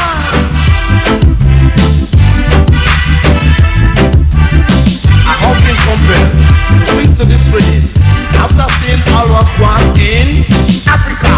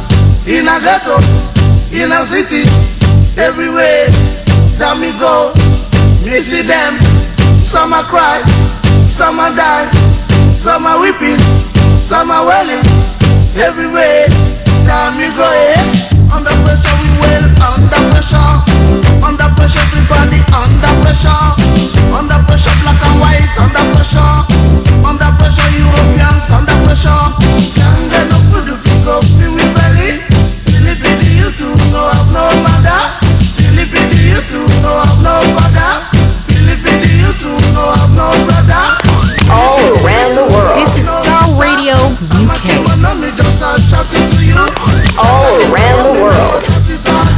the car, at work, at home. on your This is Starr smartphone. Radio UK. Under pressure, Africans under pressure, Nigerians under. Okay, welcome back to the program Starr Radio UK, your favorite African and Caribbean radio station in London. Something from the late Raskimono there. Under pressure, everywhere under pressure. Mayo says under pressure, Nigeria under pressure, Ghana under pressure, everywhere under pressure, Ukraine under pressure, the whole world under pressure. Now, where is the love, man? All right then. But I am Archie, still here. As you know, exactly at 12:30, we'll be having HRH Linda Palian from her base in Cyprus, where she'll be reaching out on Career 101 to you. So if you're looking for a way to improve your career, whether you are now thinking of what to do, it doesn't matter your age, it doesn't matter how low you sunk. I mean, there is a way out that you can still rise up to be or fulfill that destiny that you have within you. If you're a parent, you're listening to us as well, well, it will help your warts or your little ones as well. So continue to listen to us, and I tell you that yes, it'll be good there. All right, then, Starr Radio UK. Now, we'll be opening the lines in the next 5 minutes, but let me now go on to look at some of the stories making the rounds. As I did say earlier on, I want to have your take on this issue about Will Smith striking Chris Rock during the 94th edition of the Oscars, where Chris Rock cracked a joke about Will Smith's wife, who is said to have alopecia and therefore has lost her hair and has a low hair cut. Now, if you are a comedian, how far do you go with your comedy? Making somebody or joking about somebody's stand or appearance or something of the sort, especially when you know that it might be something that is challenging their personality, okay? Or unless somebody doesn't know and therefore think that, oh, I'm just cracking a joke. I saw this one. Oh, I saw this man is a fat person, and I crack a joke about a fat person. Meanwhile, you don't know, maybe there's an underlying issue that's caused the person to be that big or slim or whatever you want to talk. So I want to have your take on that. But the other question is, would you act the same way as Will Smith did? Am I saying that no, that wasn't it? He could have maybe filed a suit against Chris Rock for defaming, or is it defaming? I don't know whether defaming would be the writing or cracking a joke or maligning. Which one will it be? Let the legal experts tell me more about that. Defamation. Well, okay, but he didn't do that. He decided that, well, let me just mount up the stage and then give him a whack. And then, well, let's see how he feels. And then went on. When he sat back, I was exchanging words with him. I mean, being role models, do you think it speaks well enough for us? And again, when it comes to when we talk about Black Lives Matters and the fact that we need to be treated fairly and all that coming in that we normally say, do you reckon that maybe some way, somehow, maybe the right move or step was taken if our children are looking at these individuals and being role models and thinking that, well, we are also going to behave the same way. Let's say a young boy sees maybe somebody insulting the girlfriend and he's like, yeah, okay, I saw it there, so go. How would you feel about that? Okay, I wanna have your take on that. It's all coming your way from Starr Radio, okay? It is your favorite African and Caribbean radio station in London, bringing the time now to 8 minutes to the top of the hour. That's 8 minutes to 12. In the next 3 minutes, as I said, I will open the lines for you to add your voice to the discussion. But don't you think of going away at all, because I'm going to be here with you. Okay, now let's move on straight on to some of the stories making the rounds. Okay, I'll touch on one from here and then I'll go to other parts of the world because I know we are pressed with time. Now, school's white paper includes higher maths and English targets. Now, whilst we were getting ready to come on air, live on air, I captured that story where the Secretary of Education was presenting a white paper. Now, higher English and maths targets and introduction of a national behavior survey among new plans for schools in England. By 2030, ministers want 90% of children leaving primary schools to reach the expected standards in reading, writing, and maths. In 2019, the figure was 65%. Now, at GCSE, the government wants the mean average of all grades to rise from 4.5 to 5, a strong pass. Now, unions and charities say the plans could fail to help the poorest peoples. The new targets are for the whole of England rather than for each individual schools. The ambition includes peoples identified as having a special educational need or disability.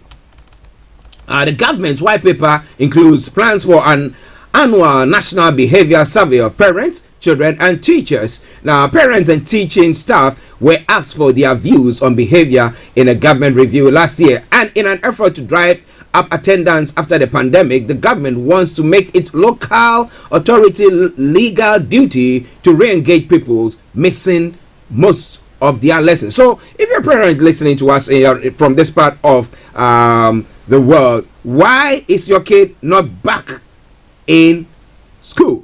Somebody will answer that question. Why is your kid not back in school or at school? Why is your kid not back there?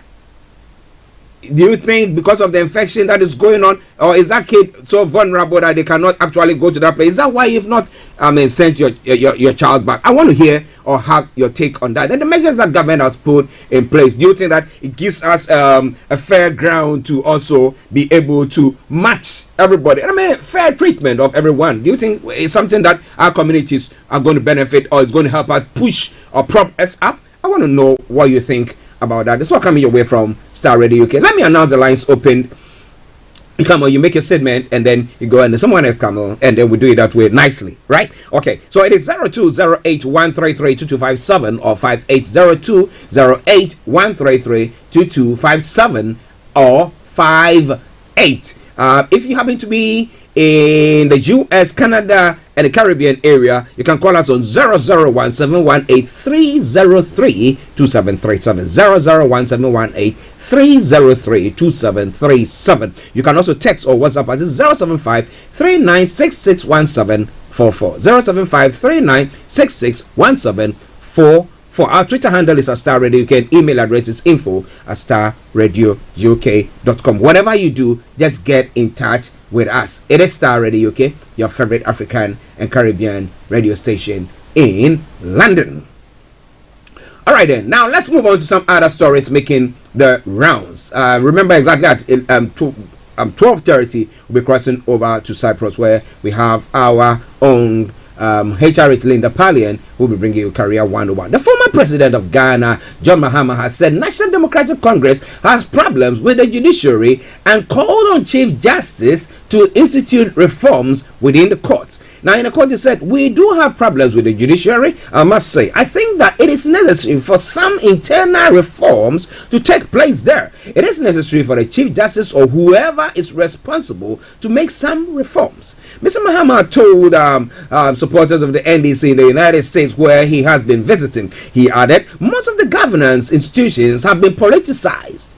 I gave the example of the judiciary. It is only in Ghana that the Supreme Court will make a decision that a birth certificate is not a proof of citizenship. But somebody, the other time I had Mr. Kofi Ali on, telling us why he reckons that he agrees with the judiciary on that ruling, that look, the way we acquire birth certificates, I mean, it's you can just back in Ghana, somebody can just sit in a room and then create something, and then we are running with it or get a request for it, pay something, and then so let's think that the validity of that is, I mean, virtually zero. So he agrees with that. But what do you think about that? That's where the former president is also coming from, saying that, well, the ruling by the court is one that he thinks that they don't seem to agree. But if we know that there are so many fakes in there, how do we rid of that?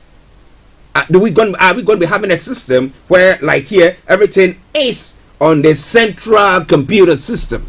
So everybody, we know the national data center. So when the child is born, somebody say that in that village where there's no computer, but they have a health expert there. They have hospitals. They are able to lay. So why don't I send that information to the citizen? Just enter it in, and boom, it's there.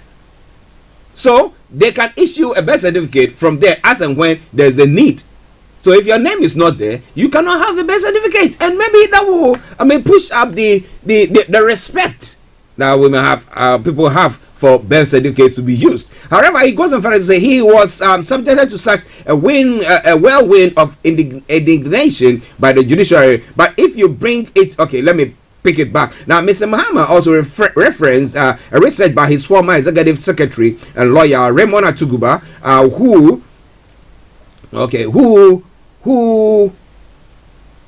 let me take it again. Mr. Mahama also referenced a research by his former executive secretary and lawyer Raymond Atuguba, who argued that judges in crucial political cases rule based on their party lines. There are many such funny judgments that have been given. I remember at one time our colleague Raymond Atuguba, Professor Raymond Atuguba, said that from research he had done, judges tend to give their judgments in favor of the political party or leader that appointed them. He was subjected to such a whirlwind of indignation by the judiciary. But if you bring it down to what is happening today, and you look at it and see who appointed who, you will find that there was some truth in the research. And I seem to agree with him, because they seem to be doing the bidding of their boss, whoever appointed them. So they think that they are there to serve the interests of the appointer, the one who appointed them. In this case, the ruling government or the president. So he thinks that is what. So every ruling that comes in is skewed against them. Well, it is Starr Radio UK. It is your favorite African and Caribbean radio station in London. Try to pull the stories across, and then we can take a break and go into details with some of them, as you all know. But on the table this morning, asking the question: do you reckon the action that was taken by Will Smith was the right one? Would you do the same? Or will you say, hey, got it, and then you watching you, we'll go outside there, especially when we're looking at the case where we have people calling for equality when it comes to such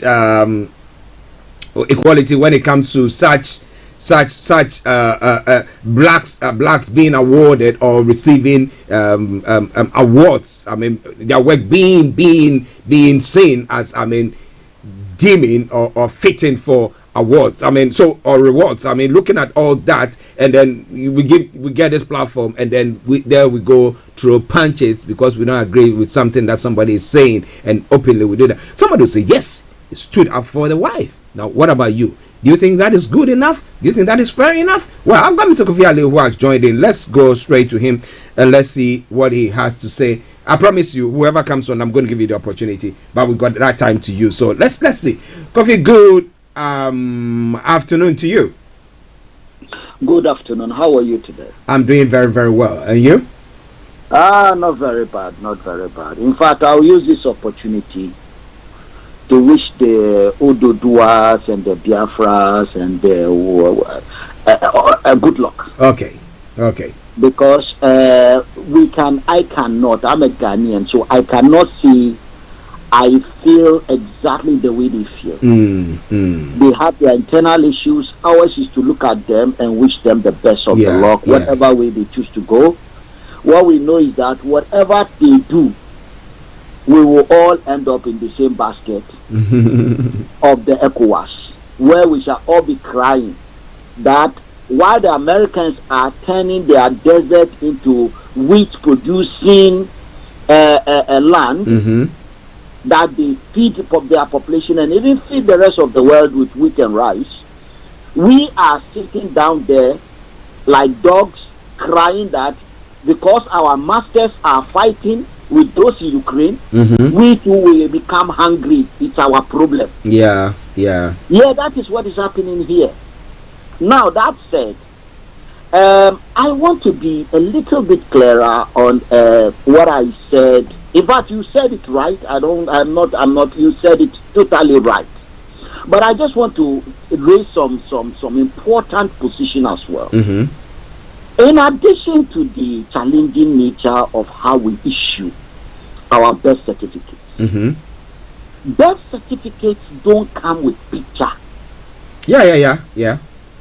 And therefore, they are what we call source document that will need time to cross-check to make sure that the document given to the person that will issue other documents, that document is a genuine one.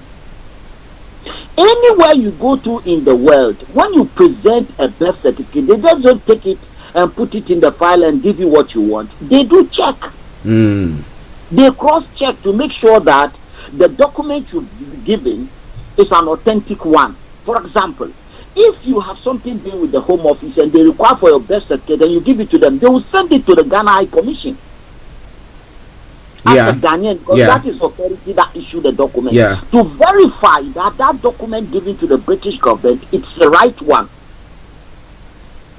Can you see? Yeah.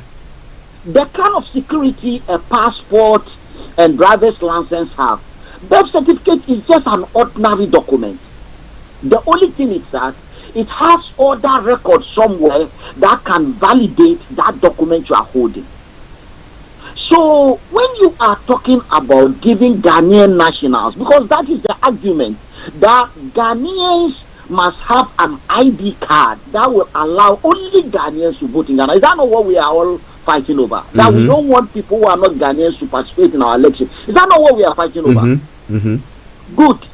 Then we need to go into so many places, the villages, the this, the that, so that every Ghanaian will be registered. And then we said that when people come with the birth certificates as it is a plain paper, it is difficult to verify that that person giving you that paper is exactly the owner of that paper. Because there are certain search and certain procedure you need to go just to verify this particular paper. And therefore, what you need, use that same birth certificate, go to where you are going to get a national identity card where all the checks will have been done before you are issued with the national identity card. So at the time you come for your voter's ID card or to register your name, when you present that ID card to the person sitting in front of you, your picture, your paper, your every detail is on it. They don't need to go to anywhere when they are convinced the ID card is genuine. They of course. You and you are gone within minutes. Doesn't that make sense? Yeah, it does. It does. So we are then saying, some people who are still arguing this case are saying that, right? They want the person who goes into the villages of Ghana to be the same person going about checking whether that document is genuine or not before they register you. Why do we want to do this? Why is common sense very difficult for us? Now, His Excellency former President John Dramani Mahama, you understand? Has legitimate concerns regarding the attitude and behavior that is compromising the integrity of the Supreme Court. Totally. I totally stand with him. You understand? On that concern, we all saw how the last judgment was passed. But this is not new. When he was a president, it happened. We have all done our very important institution where we go for justice as individual and collectively, so that we have responsible people to sit down and come with mature, sensible, unbiased. That is why the Supreme Court is not supposed to be partisan. That is why we don't elect the judges. Can you see? While we elect our president and members of parliament, we are not electing the judges because we don't want them to be politicized and partisan. But what we have succeeded in doing as a people, we now have even toilets in Ghana. Why are we wasting our time? Even school teachers, they are divided between NDC and MPP. Yes, police, NDC and MPP. So everything from top to down has been divided, rather than we being divided on ideological basis. And you know that our political parties are tribal parties. Yeah. And religious parties. Because we are not clear about what we really want for our nation. Ghana doesn't really exist too. Ghana really, because Ghana is supposed to make everyone, if you read the constitution, regardless your creed, sex or gender or whatever, what comes first must be Ghana. There should not be discrimination. And then you have that Kojo upon Kruma going to minister of information, the whole of Ghana, and he's going to pass on policy position of the state to the citizens, and he's doing it in his tribal language. Which kind of country is this?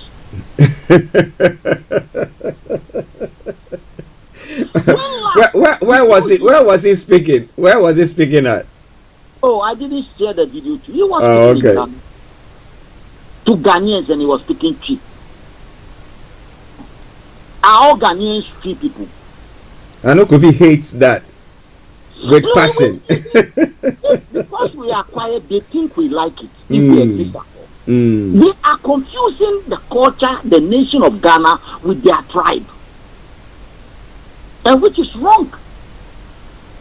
What unites us in Ghana, whatever be our background. Can you see? The minister is a minister to all Ghanaians. Whatever he says can be taken to court. Can you see? Media will write it. It will be challenged. Now, when you say it in tree, who writes in tree? Have you seen anyone write? Is there any newspaper in Ghana written in tree? Not to my knowledge. Let me put it that way. Nobody will even buy it anyway. Because those so-called tree people themselves cannot read and write in tree anyway.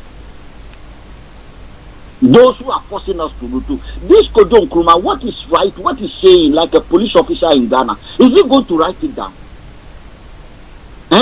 Is he going to write it? If you say in tree, write it in tree. If you say it in English, write it in. Is that not true? Now, quickly on the issue of sovereignty. It is sad for President Mahama to go to America and go and make his pronouncement. It's totally wrong. Total. And I told you that we are not a country. Can you see? Okay. Look, when President Biden, I'm taking you to Poland, said, for God's sake, this man doesn't fit to be in position as a president. Is that not true? Yeah. Do you know how many, within hours, the man has changed his stand? Yeah. He said no, he didn't say Putin should be removed from office. It's not his business. You cannot interfere in the business of a sovereign nation. Can you see argument we had the last time when some people came and they thought we are joking? Now, when last did you see the Chinese president coming to here to come and tell anyone his problem in China? Either former or present. Have you seen American president go to somewhere to go and tell them the problem of America? They only go there to help them to solve their problem, the problem of the people. Now, the foreign minister of U.S. is in the Middle East.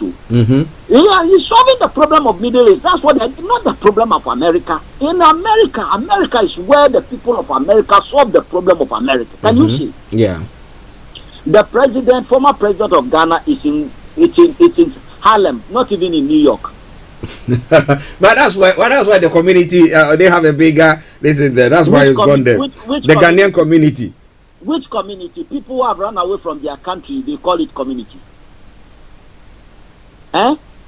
You must be proud. Do you think if my country is good, I'll be here? Refugees, I call them. I call us. Oh, let us stop this joke.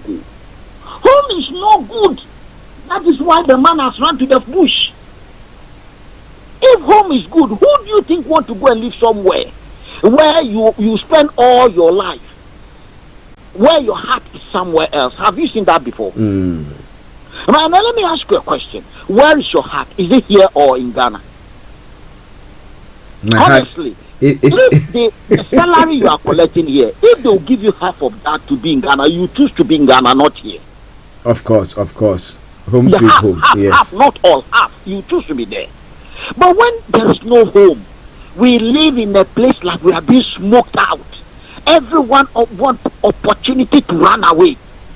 Then then do you blame people for going to other countries and taking nationality and staying there and waste all their life there? By the time you are in another person's country, you are developing that place. No, of course, of course. Live somewhere. Yeah, no one. Of course. Look at this Ukrainian. With all the killing, their heart is still there. They want to be there, not where they are, with everything given to them. When you see a frog running in the sunshine, something is following that frog. Frogs don't run in the sunshine. They like swimming. They like cool place. There is something that is smoking us out. My little children in Ghana, whatever you tell them, they want to go to Europe and America.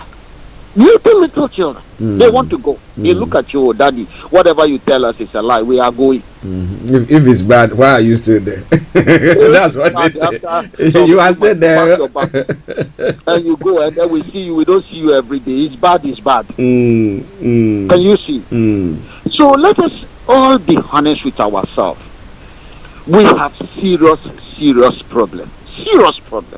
And let us be honest about this problem. That is what I'm saying. Okay. But sometimes, some of us, you understand, and we can't see that point because we are all like the Bible will say, we are all sinners. All man have sinned. Let us all repent and look at issues critically. Can you see? The world is changing around us. Anytime the world changes, right? We are not exempted. We are part of the change.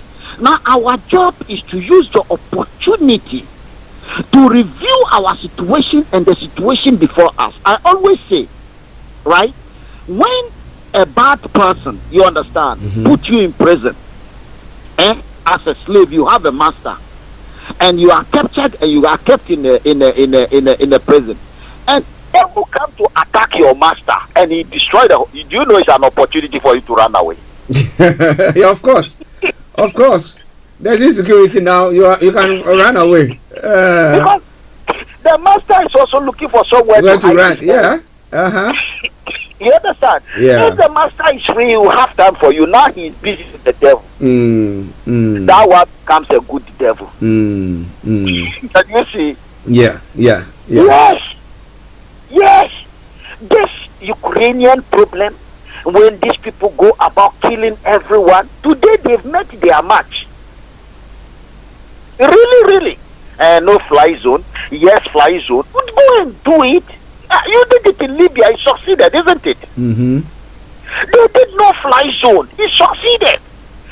Ukrainians are begging them, come and put no fly zone here for us. They are on their knees. Nobody want to go and put, because the Russians will meet them in the sky. This is not Gaddafi. Can you see? Yeah. They are begging. In fact, the president of Ukraine right now is saying that we everybody know that whatever you do, we can't get out of this.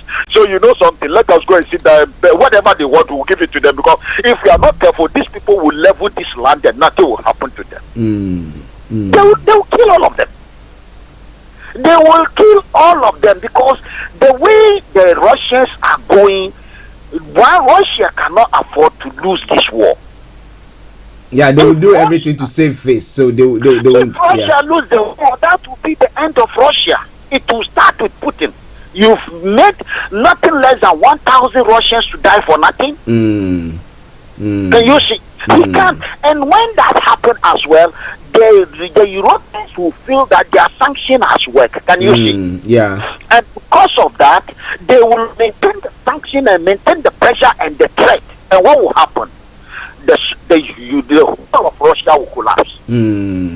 So they need to accomplish and finish the job, and then move to the next level. But the president of Ukraine has now realized that whatever was the dream they had before is not that they shouldn't. Everything the Russians want, give it to them so that they leave them alone.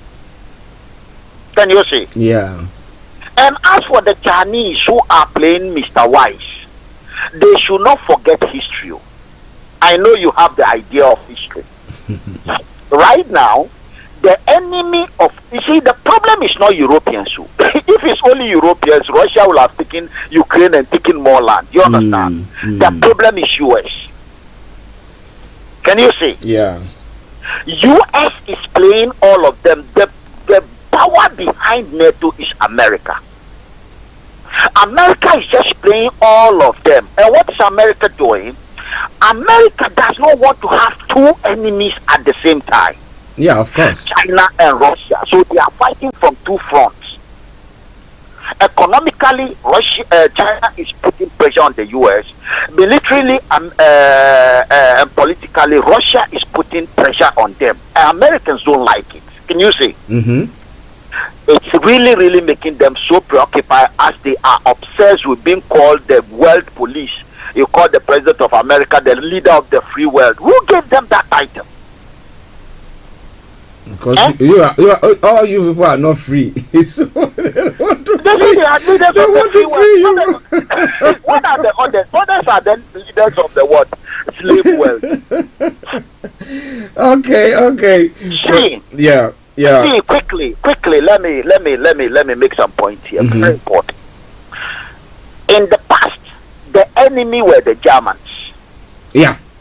The Twice. Russians Mm-hmm.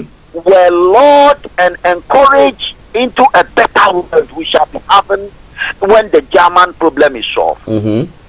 America and at that time the Europeans were on their knees. They are all conquered by Russia, by the Germans. Yeah.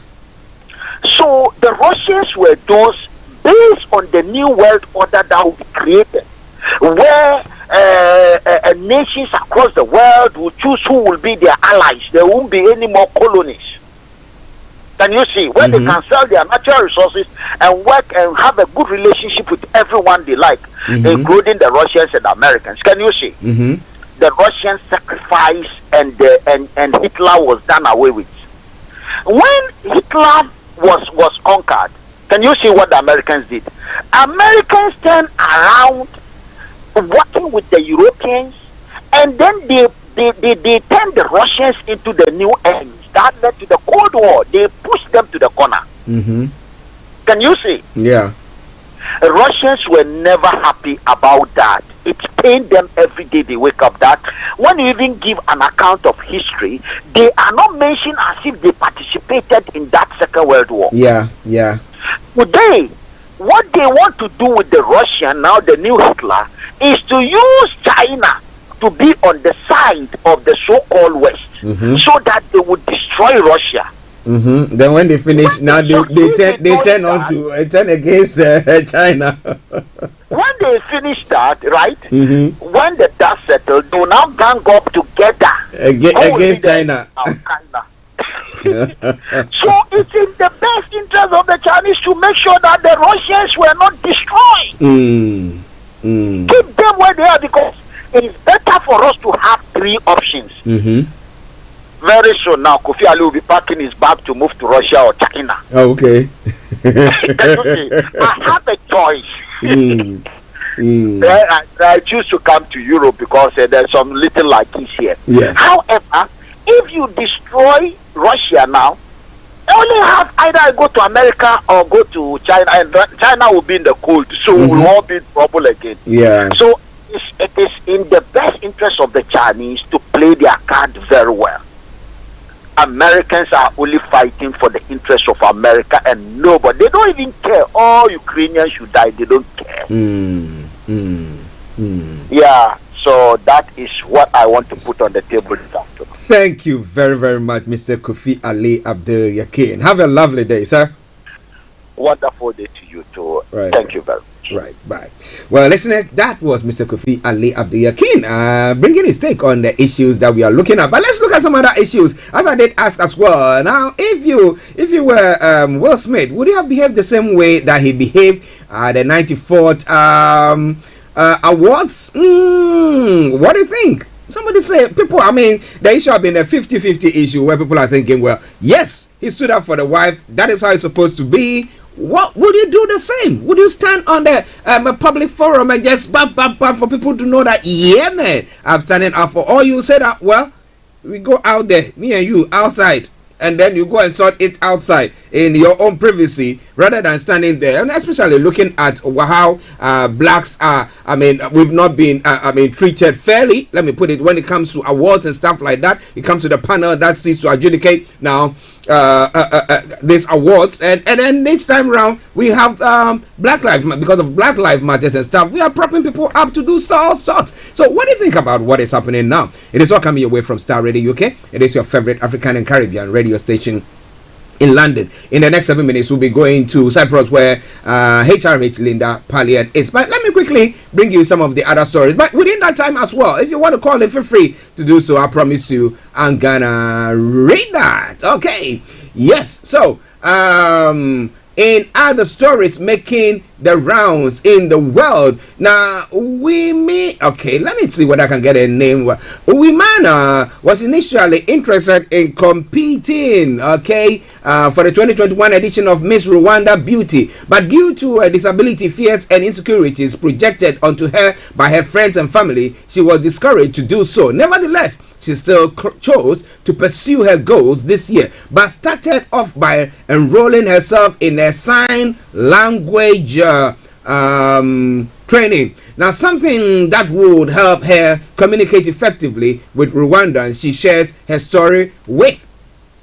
Now, ever since I was in primary school, but Uwi Mana was announced as the winner of the most innovative project in 2022 Miss Rwanda Beauty Contest, sponsored by Rwanda's Bank of Kigali. She will receive funding for her project and will also work as the bank's brand ambassador. Now, Wimana's friend and interpreter Dorcas Mwiza says Wimana is a very courageous girl and is destined for greater things. It is an open door for her, which will open other main doors. I'm sure she will be developed from this platform. I'm sure she will help other people with disability, her family as well. And when it comes to the way we treat disability, the disabled in on the African continent, I mean, it's nothing to write home about. But what do you think there? It is all Starr Radio UK, your favorite African and Caribbean radio station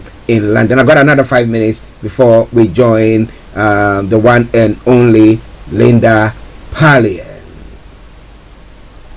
Okay, so looking at a couple of stories before we cross. Well, as we were discussing, myself and Mr. Kofi Ali there, Ukraine says it won't open humanitarian corridors from cities on Monday due to warning of Russia's provocation on routes. Now, corridors had been set up to allow civilians to leave some towns that are surrounded by Russian forces. Meanwhile, the mayor of Mariupol has said the besieged port city is on the verge of catastrophe and must be completely evacuated. President Volodymyr Zelensky has said Ukraine is prepared to discuss adopting a neutral status as part of a peace deal, but he says it will have to go to a referendum and be guaranteed by third parties. His comments come in an interview with independent Russian journalists, and he said that the next round of face-to-face negotiation between Ukraine and Russia takes place this week in Turkey. We hope that takes place. And the talks may start tomorrow, though. As we've been reporting, face-to-face talks between Ukraine and Russia are expected to take place this week. Russian presidential spokesman Dmitry Peskov has now said it's unlikely they will begin on Monday, but may start on Tuesday. He said a Russian delegation is leaving for Turkey, which will host the talks on Monday. Face-to-face meeting allows for conducting talks in a more focused, tighter, and meaningful way, he said. Now, regrettably, we cannot say there have been any significant achievement or breakthroughs so far, he added. This all coming your way from Starr Radio UK, and some report from from Ukraine, where all this war, from Europe, let me put it that way.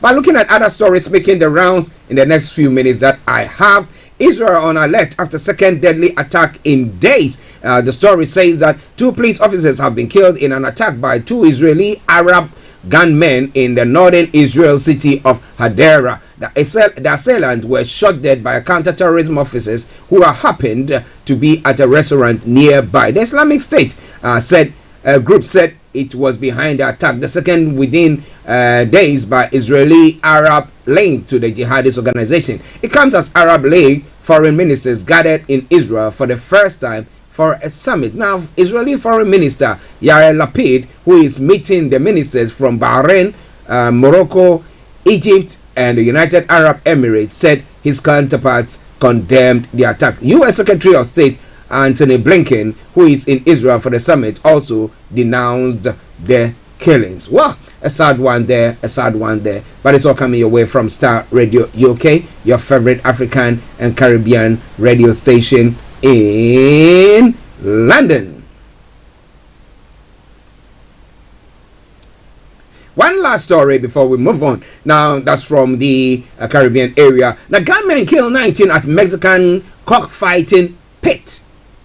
The story says at least 19 people have been killed in an armed attack in the state of Michoacan in western Mexico. Officials have said gunmen swooped down on an illegal cockfighting pit in the community of Las Tinajas and opened fire, local media has said. The motive behind the attack is not yet clear, but a number of criminal gangs operate in the region. Bloody attacks on gatherings of rivals have become increasingly common. In recent months, gunmen in various regions of Mexico have targeted funerals and wakes as well as bars and clubs in the attempt to take out as many of their rivals at one time as they can.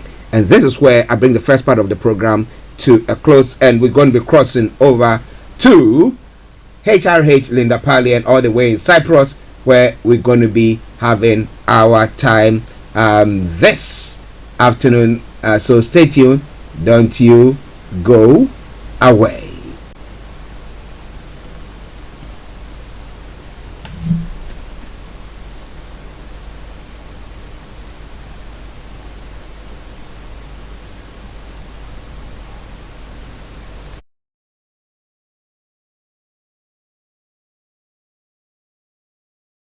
And I'm saying, Linda, good afternoon to you. Good afternoon. How are you? Yeah, doing very, very well. How was your weekend? Fairly good. Busy, but good. Just a quick one on geopolitics. Now, how has the Ukrainian issue impacted either tourism or business in your part of the world? Well, I think as of yet, not so much, but it definitely will, because we're an hour away from Russia, and most of our tourism comes from the UK and Russia. So with all of the sanctions, the tourism industry is bracing itself for a loss. And of course, it doesn't help it being followed by COVID. But yeah, there will be some ramifications on the island for sure.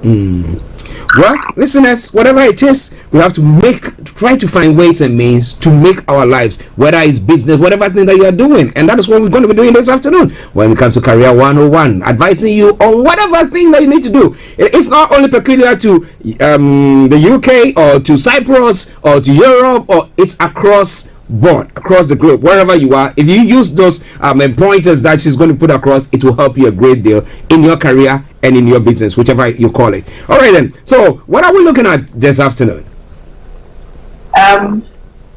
This afternoon we're going to be looking at whether to go solo or not, whether to do your own business or not. Are you an entrepreneur?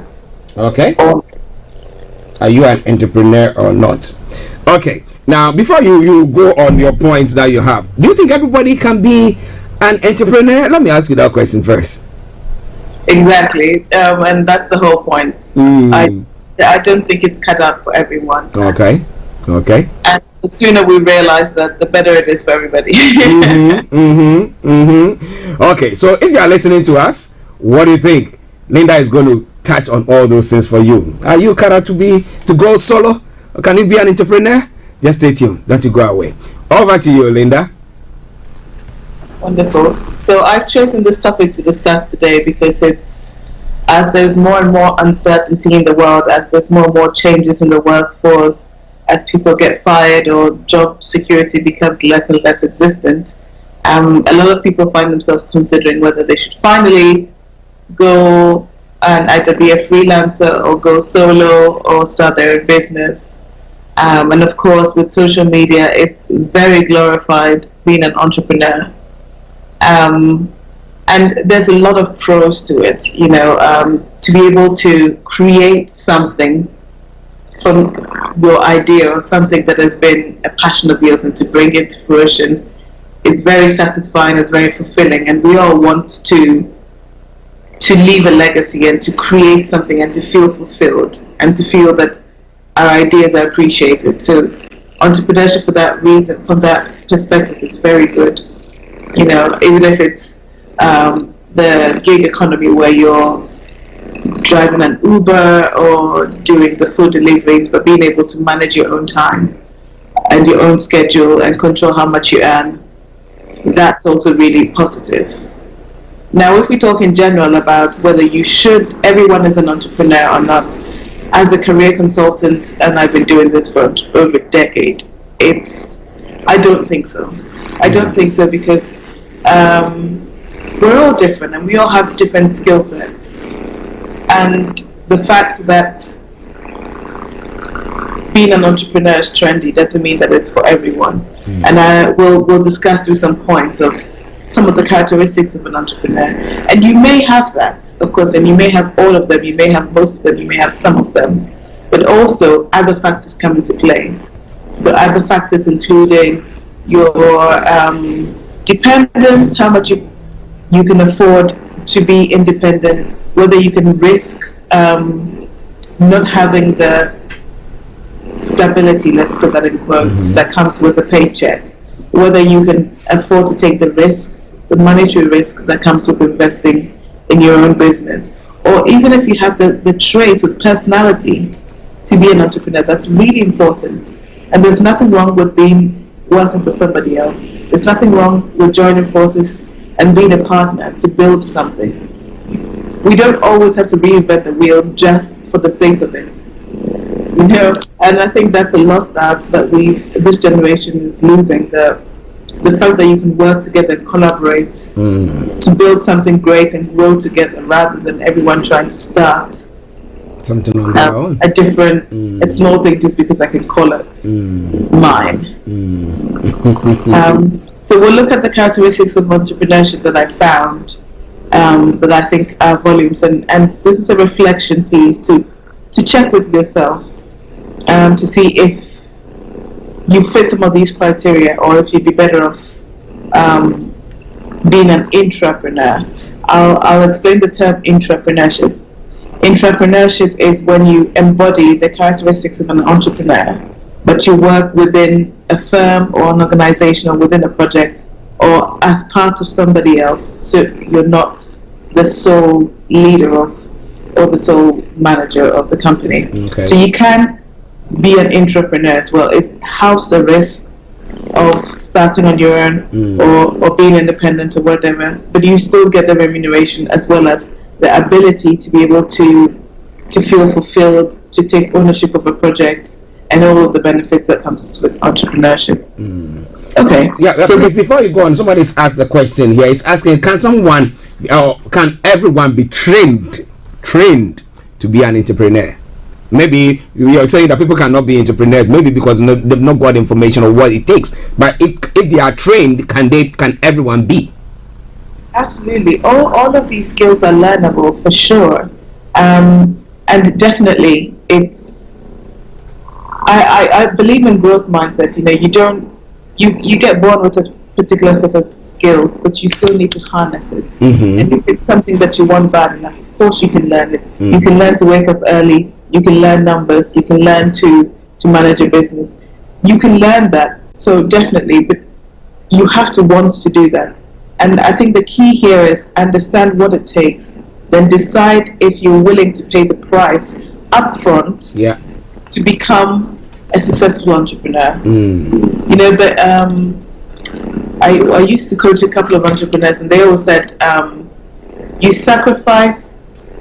you live like no one is living now, so that you can live like nobody will ever live in the future. there's a lot of sacrifices that go up front. So maybe you're not partying as much. Maybe you're not spending as much time with your friends. Maybe you're not spending as much money. You're having to move back home because you're building a business. Whatever it is. But there is some, and it's always upfront. It's not later when you're rich and you can pay it back. There's always an investment or a cost upfront, whether it's the time, whether it's the money, whether it's the sacrificing your social life, or maybe even your family life sometimes. You know, there's people that are career oriented that don't end up having a family or any close friends because of that. So there's some prices, and of course you can have everything, but it's also a challenge, you know. So of course you can train to become an entrepreneur or to have more entrepreneurial traits, and I think everybody should aspire to develop these traits because it helps you not only related to work but in life in general. You know, because some of the traits we're going to go over, you can use it at home, you can use it in your personal life, in your professional life, and beyond. So we'll get started on the traits. Okay. So the first one is passionate. You should at least minimum have some passion about something. You know, you need to care enough about anything to act, to decide, I want to make a difference in this, or I want to work towards this goal, I want to be part of this change. But some passion, you know, and it doesn't have to be you live, breathe, eat it, but something that you want to dedicate a lot of time to becoming better at, or to making better, whatever it is. So definitely passion.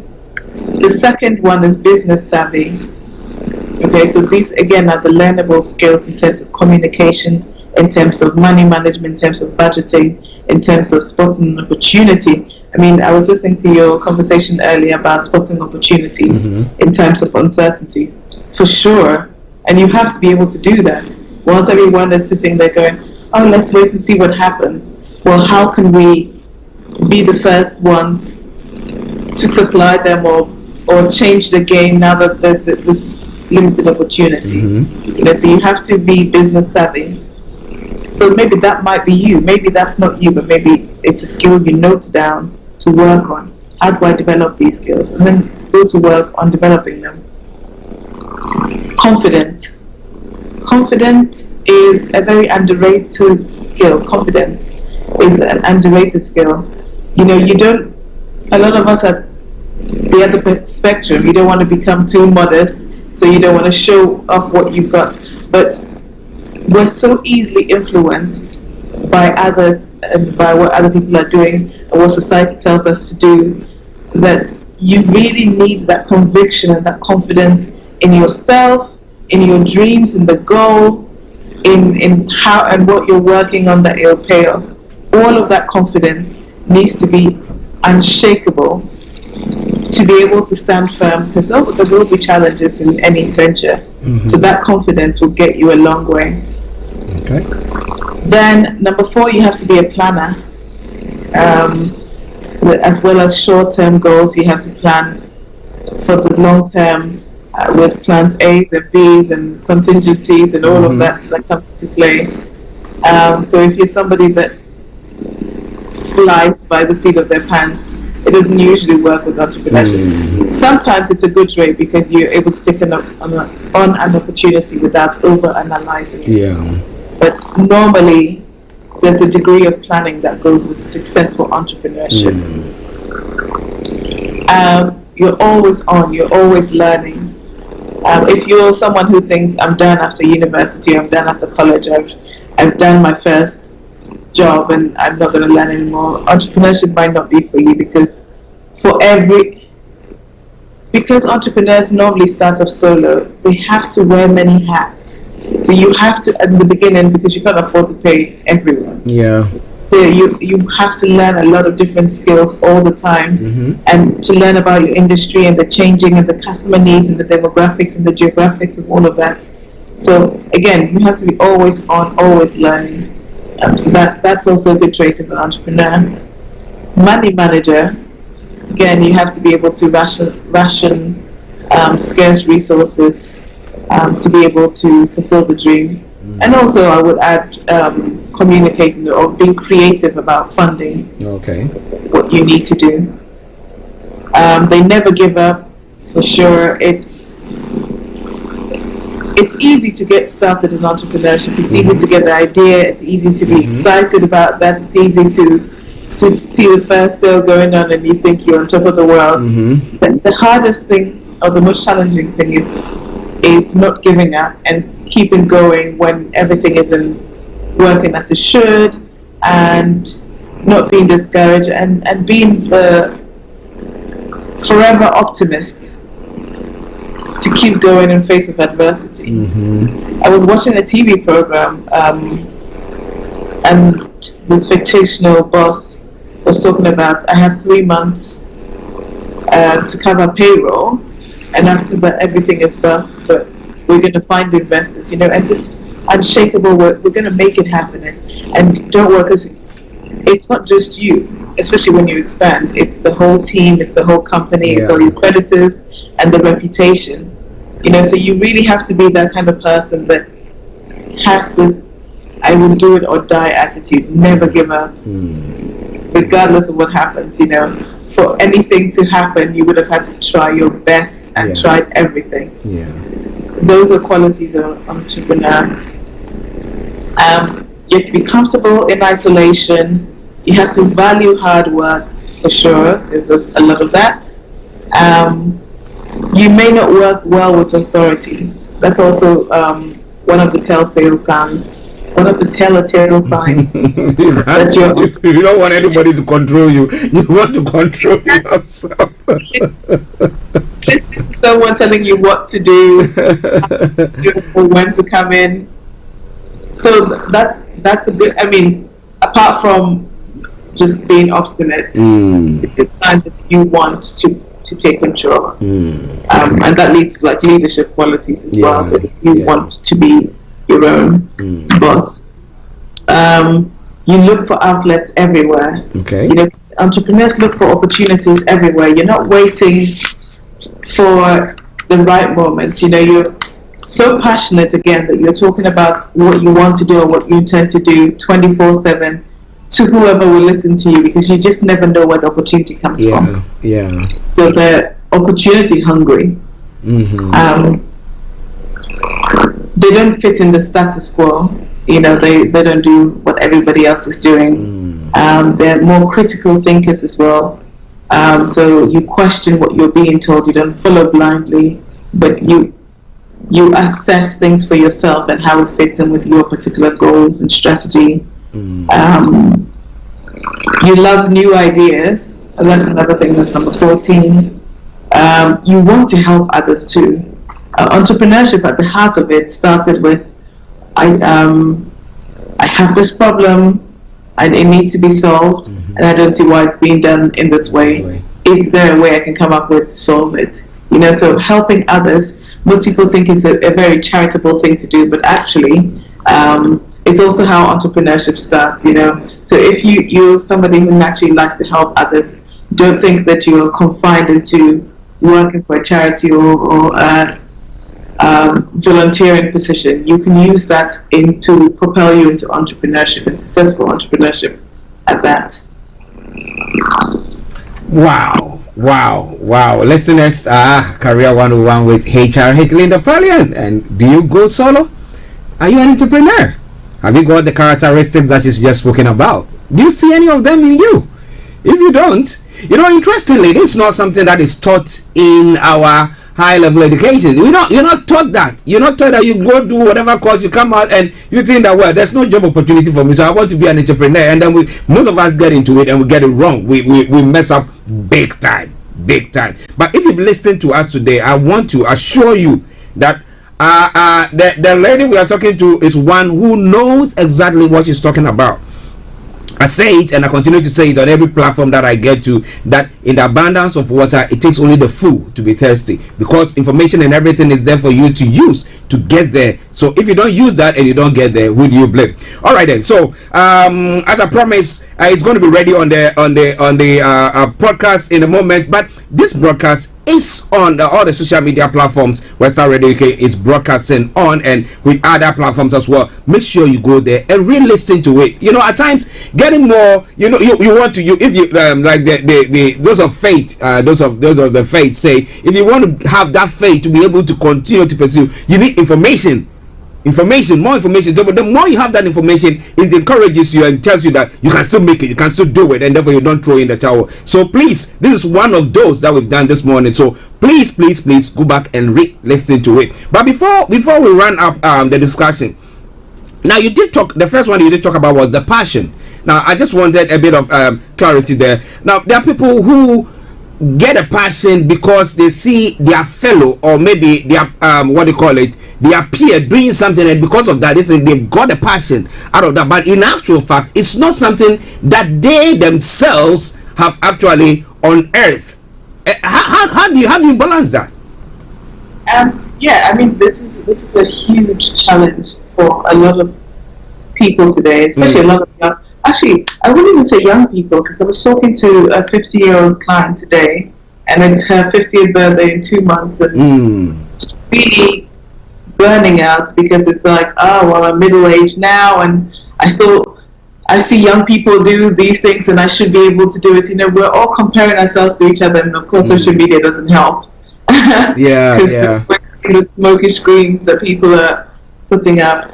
I think whenever you call something a passion, you need to probe into that. You know, where did this idea come from? Why do I care about it? Do I really care about it? What's the price I would pay for that passion? Am I willing to, can I see myself do it in 10 years time? Am I willing to spend the rest of my life doing this?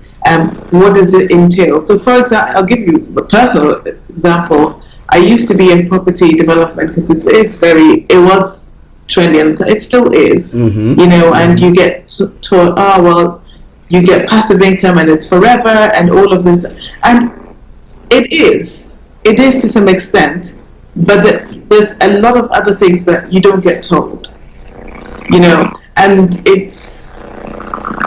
you have to do the research for yourself. You know, is it worth staying in my unfulfilling job so that I can be mortgageable, so I can buy another property, which I then have to learn everything about plumbing and management and all of that stuff, and driving around, and I don't have any spare weekends. You know, all of the sacrifices you have to make for this passion that has just come out of an advert. You see? Yeah.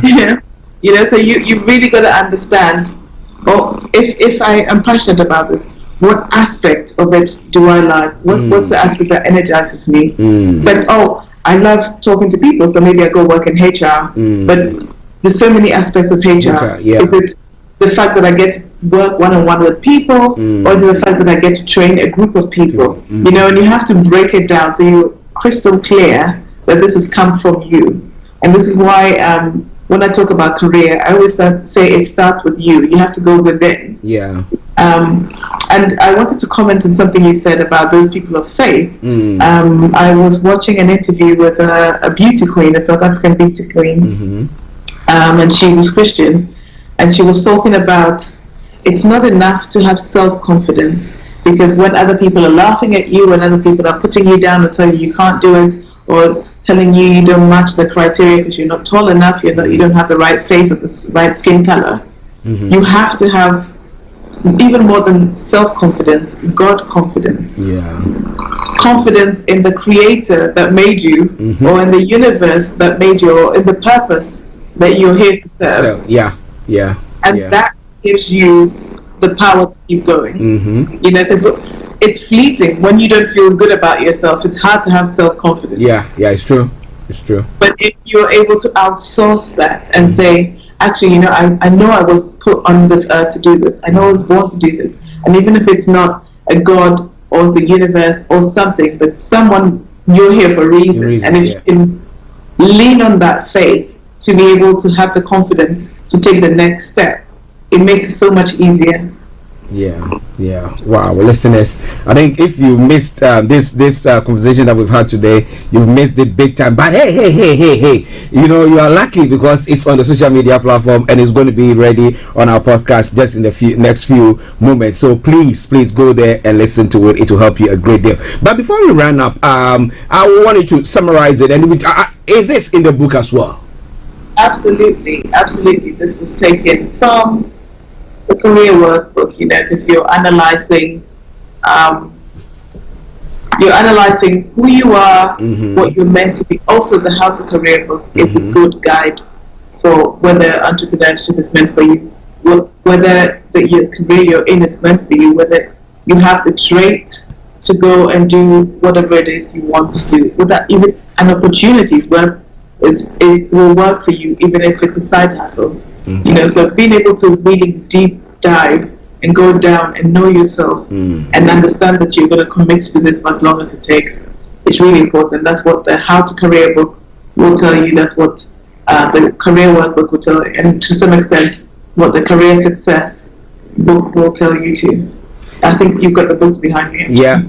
It's going to be on your screen wherever you are in a moment. Yeah, I call them the Career Bible. I was speaking to somebody over the weekend and I was saying that you need this Career Bible. Yeah. And he said, and I said, just get it and you see, you come and tell me about it. So please, if you are listening to us, these are the books, the Ultimate Career Workbook for Success, How to Career, and then Career Success. It's all there. But Linda is going to speak briefly about that to you, and then she will sum up the discussion that we've had today. Over to you, Linda. Fantastic. So we've been discussing whether entrepreneurship is for you. And believe me, you're not alone. I've spoken to countless of people, especially in 2022. I mean, we're just finishing the second month of 2022, and for a lot of people, where did the time go? The year hasn't even started. You've only just figured out what you're doing within this year, and a lot of people are feeling lost and disoriented and questioning, and that's okay. You're not alone. And now is always a good time to start. So don't beat yourself up about not starting now, but do it in a way that is sustainable for the future. You know, passion is fleeting. You know, you might be excited about something. I know for myself, I'm excited about something if I have a deadline. And if there isn't a deadline, it's, it'll be a nice thing to do, but then it takes a while. You know what I mean? So really understand if entrepreneurship is meant for you.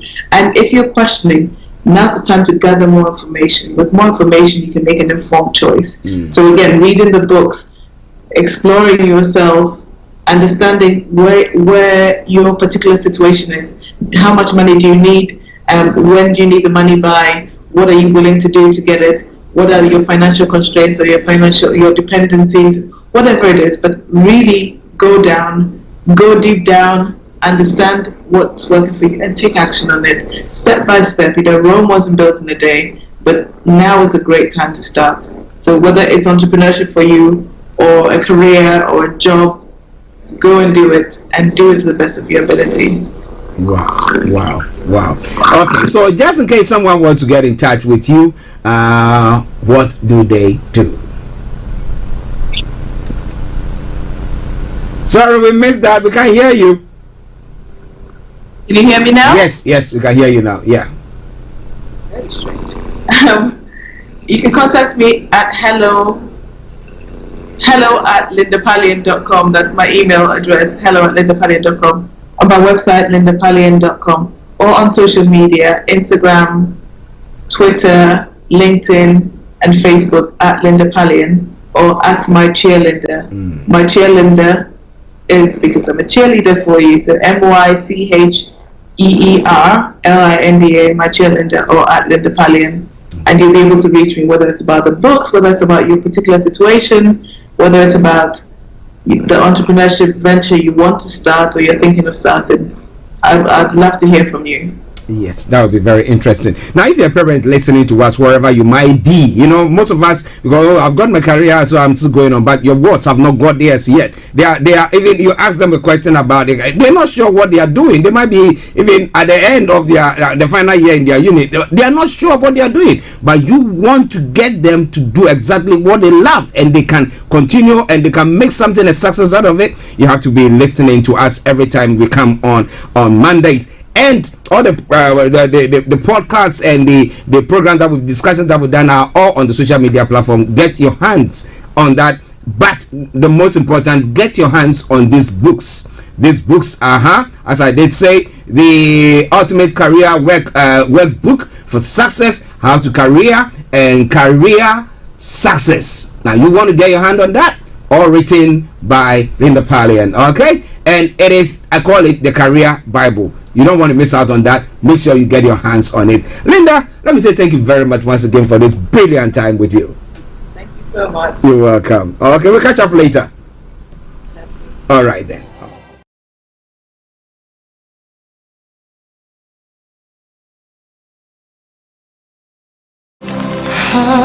The voice. Hallelujah. Praise the Lord. The Power Word International presents Doing Good Outreach 2022 Free Medical Screening and Crusade. Theme, Run to Jesus Christ, Your Only Savior. Venue, Avatimne Van, Wednesday 6th April 2022. Avatimne Amlejofe, Thursday 7th April 2022. Avatimne Biakba, Friday 8th April 2022. Avatimne Jongwefemne, Saturday 9th April 2022. Free medical screening starts at 6 a.m. each day. Crusade starts at 7 p.m. each night. To support this worthy cause financially, kindly contact us on WhatsApp 0044 7851 205626. Email admin@thepowerwordint.co.uk or donate via website at thepowerwordint.co.uk. Run to Jesus Christ, your only Savior. Run to Jesus Christ. Run to Jesus Christ, beloved. Run. Now is the time. Now is the day. Today is the accepted and appointed season for you to run to Jesus Christ. Run to Jesus Christ. Hallelujah.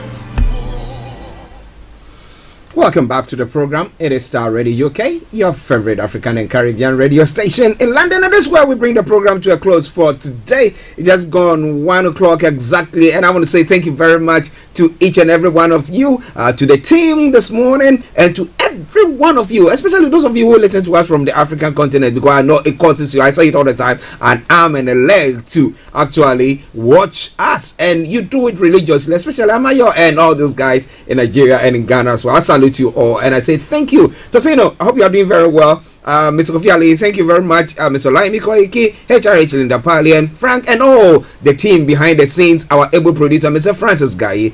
When you don't hear from me after this music has ended, that is been me, Archie, saying have a top of the day. And I say bye-bye for now. JD Blay Ambule says, Bonena Doso. Enjoy it. Bye-bye.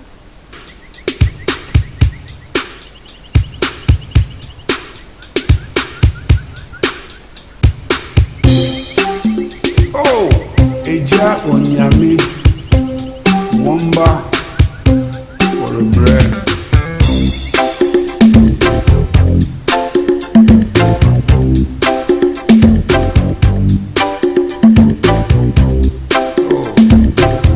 O me ngani yo. Ona me kana 70.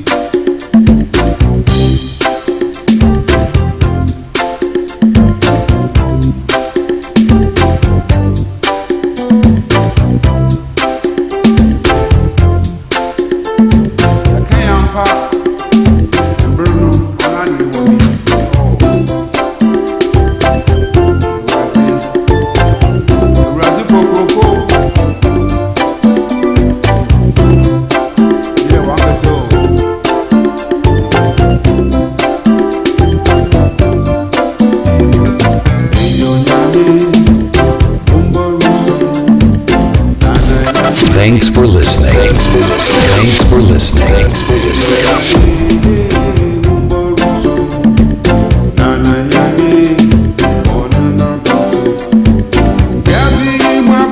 seni nara Dinaro fini fata seni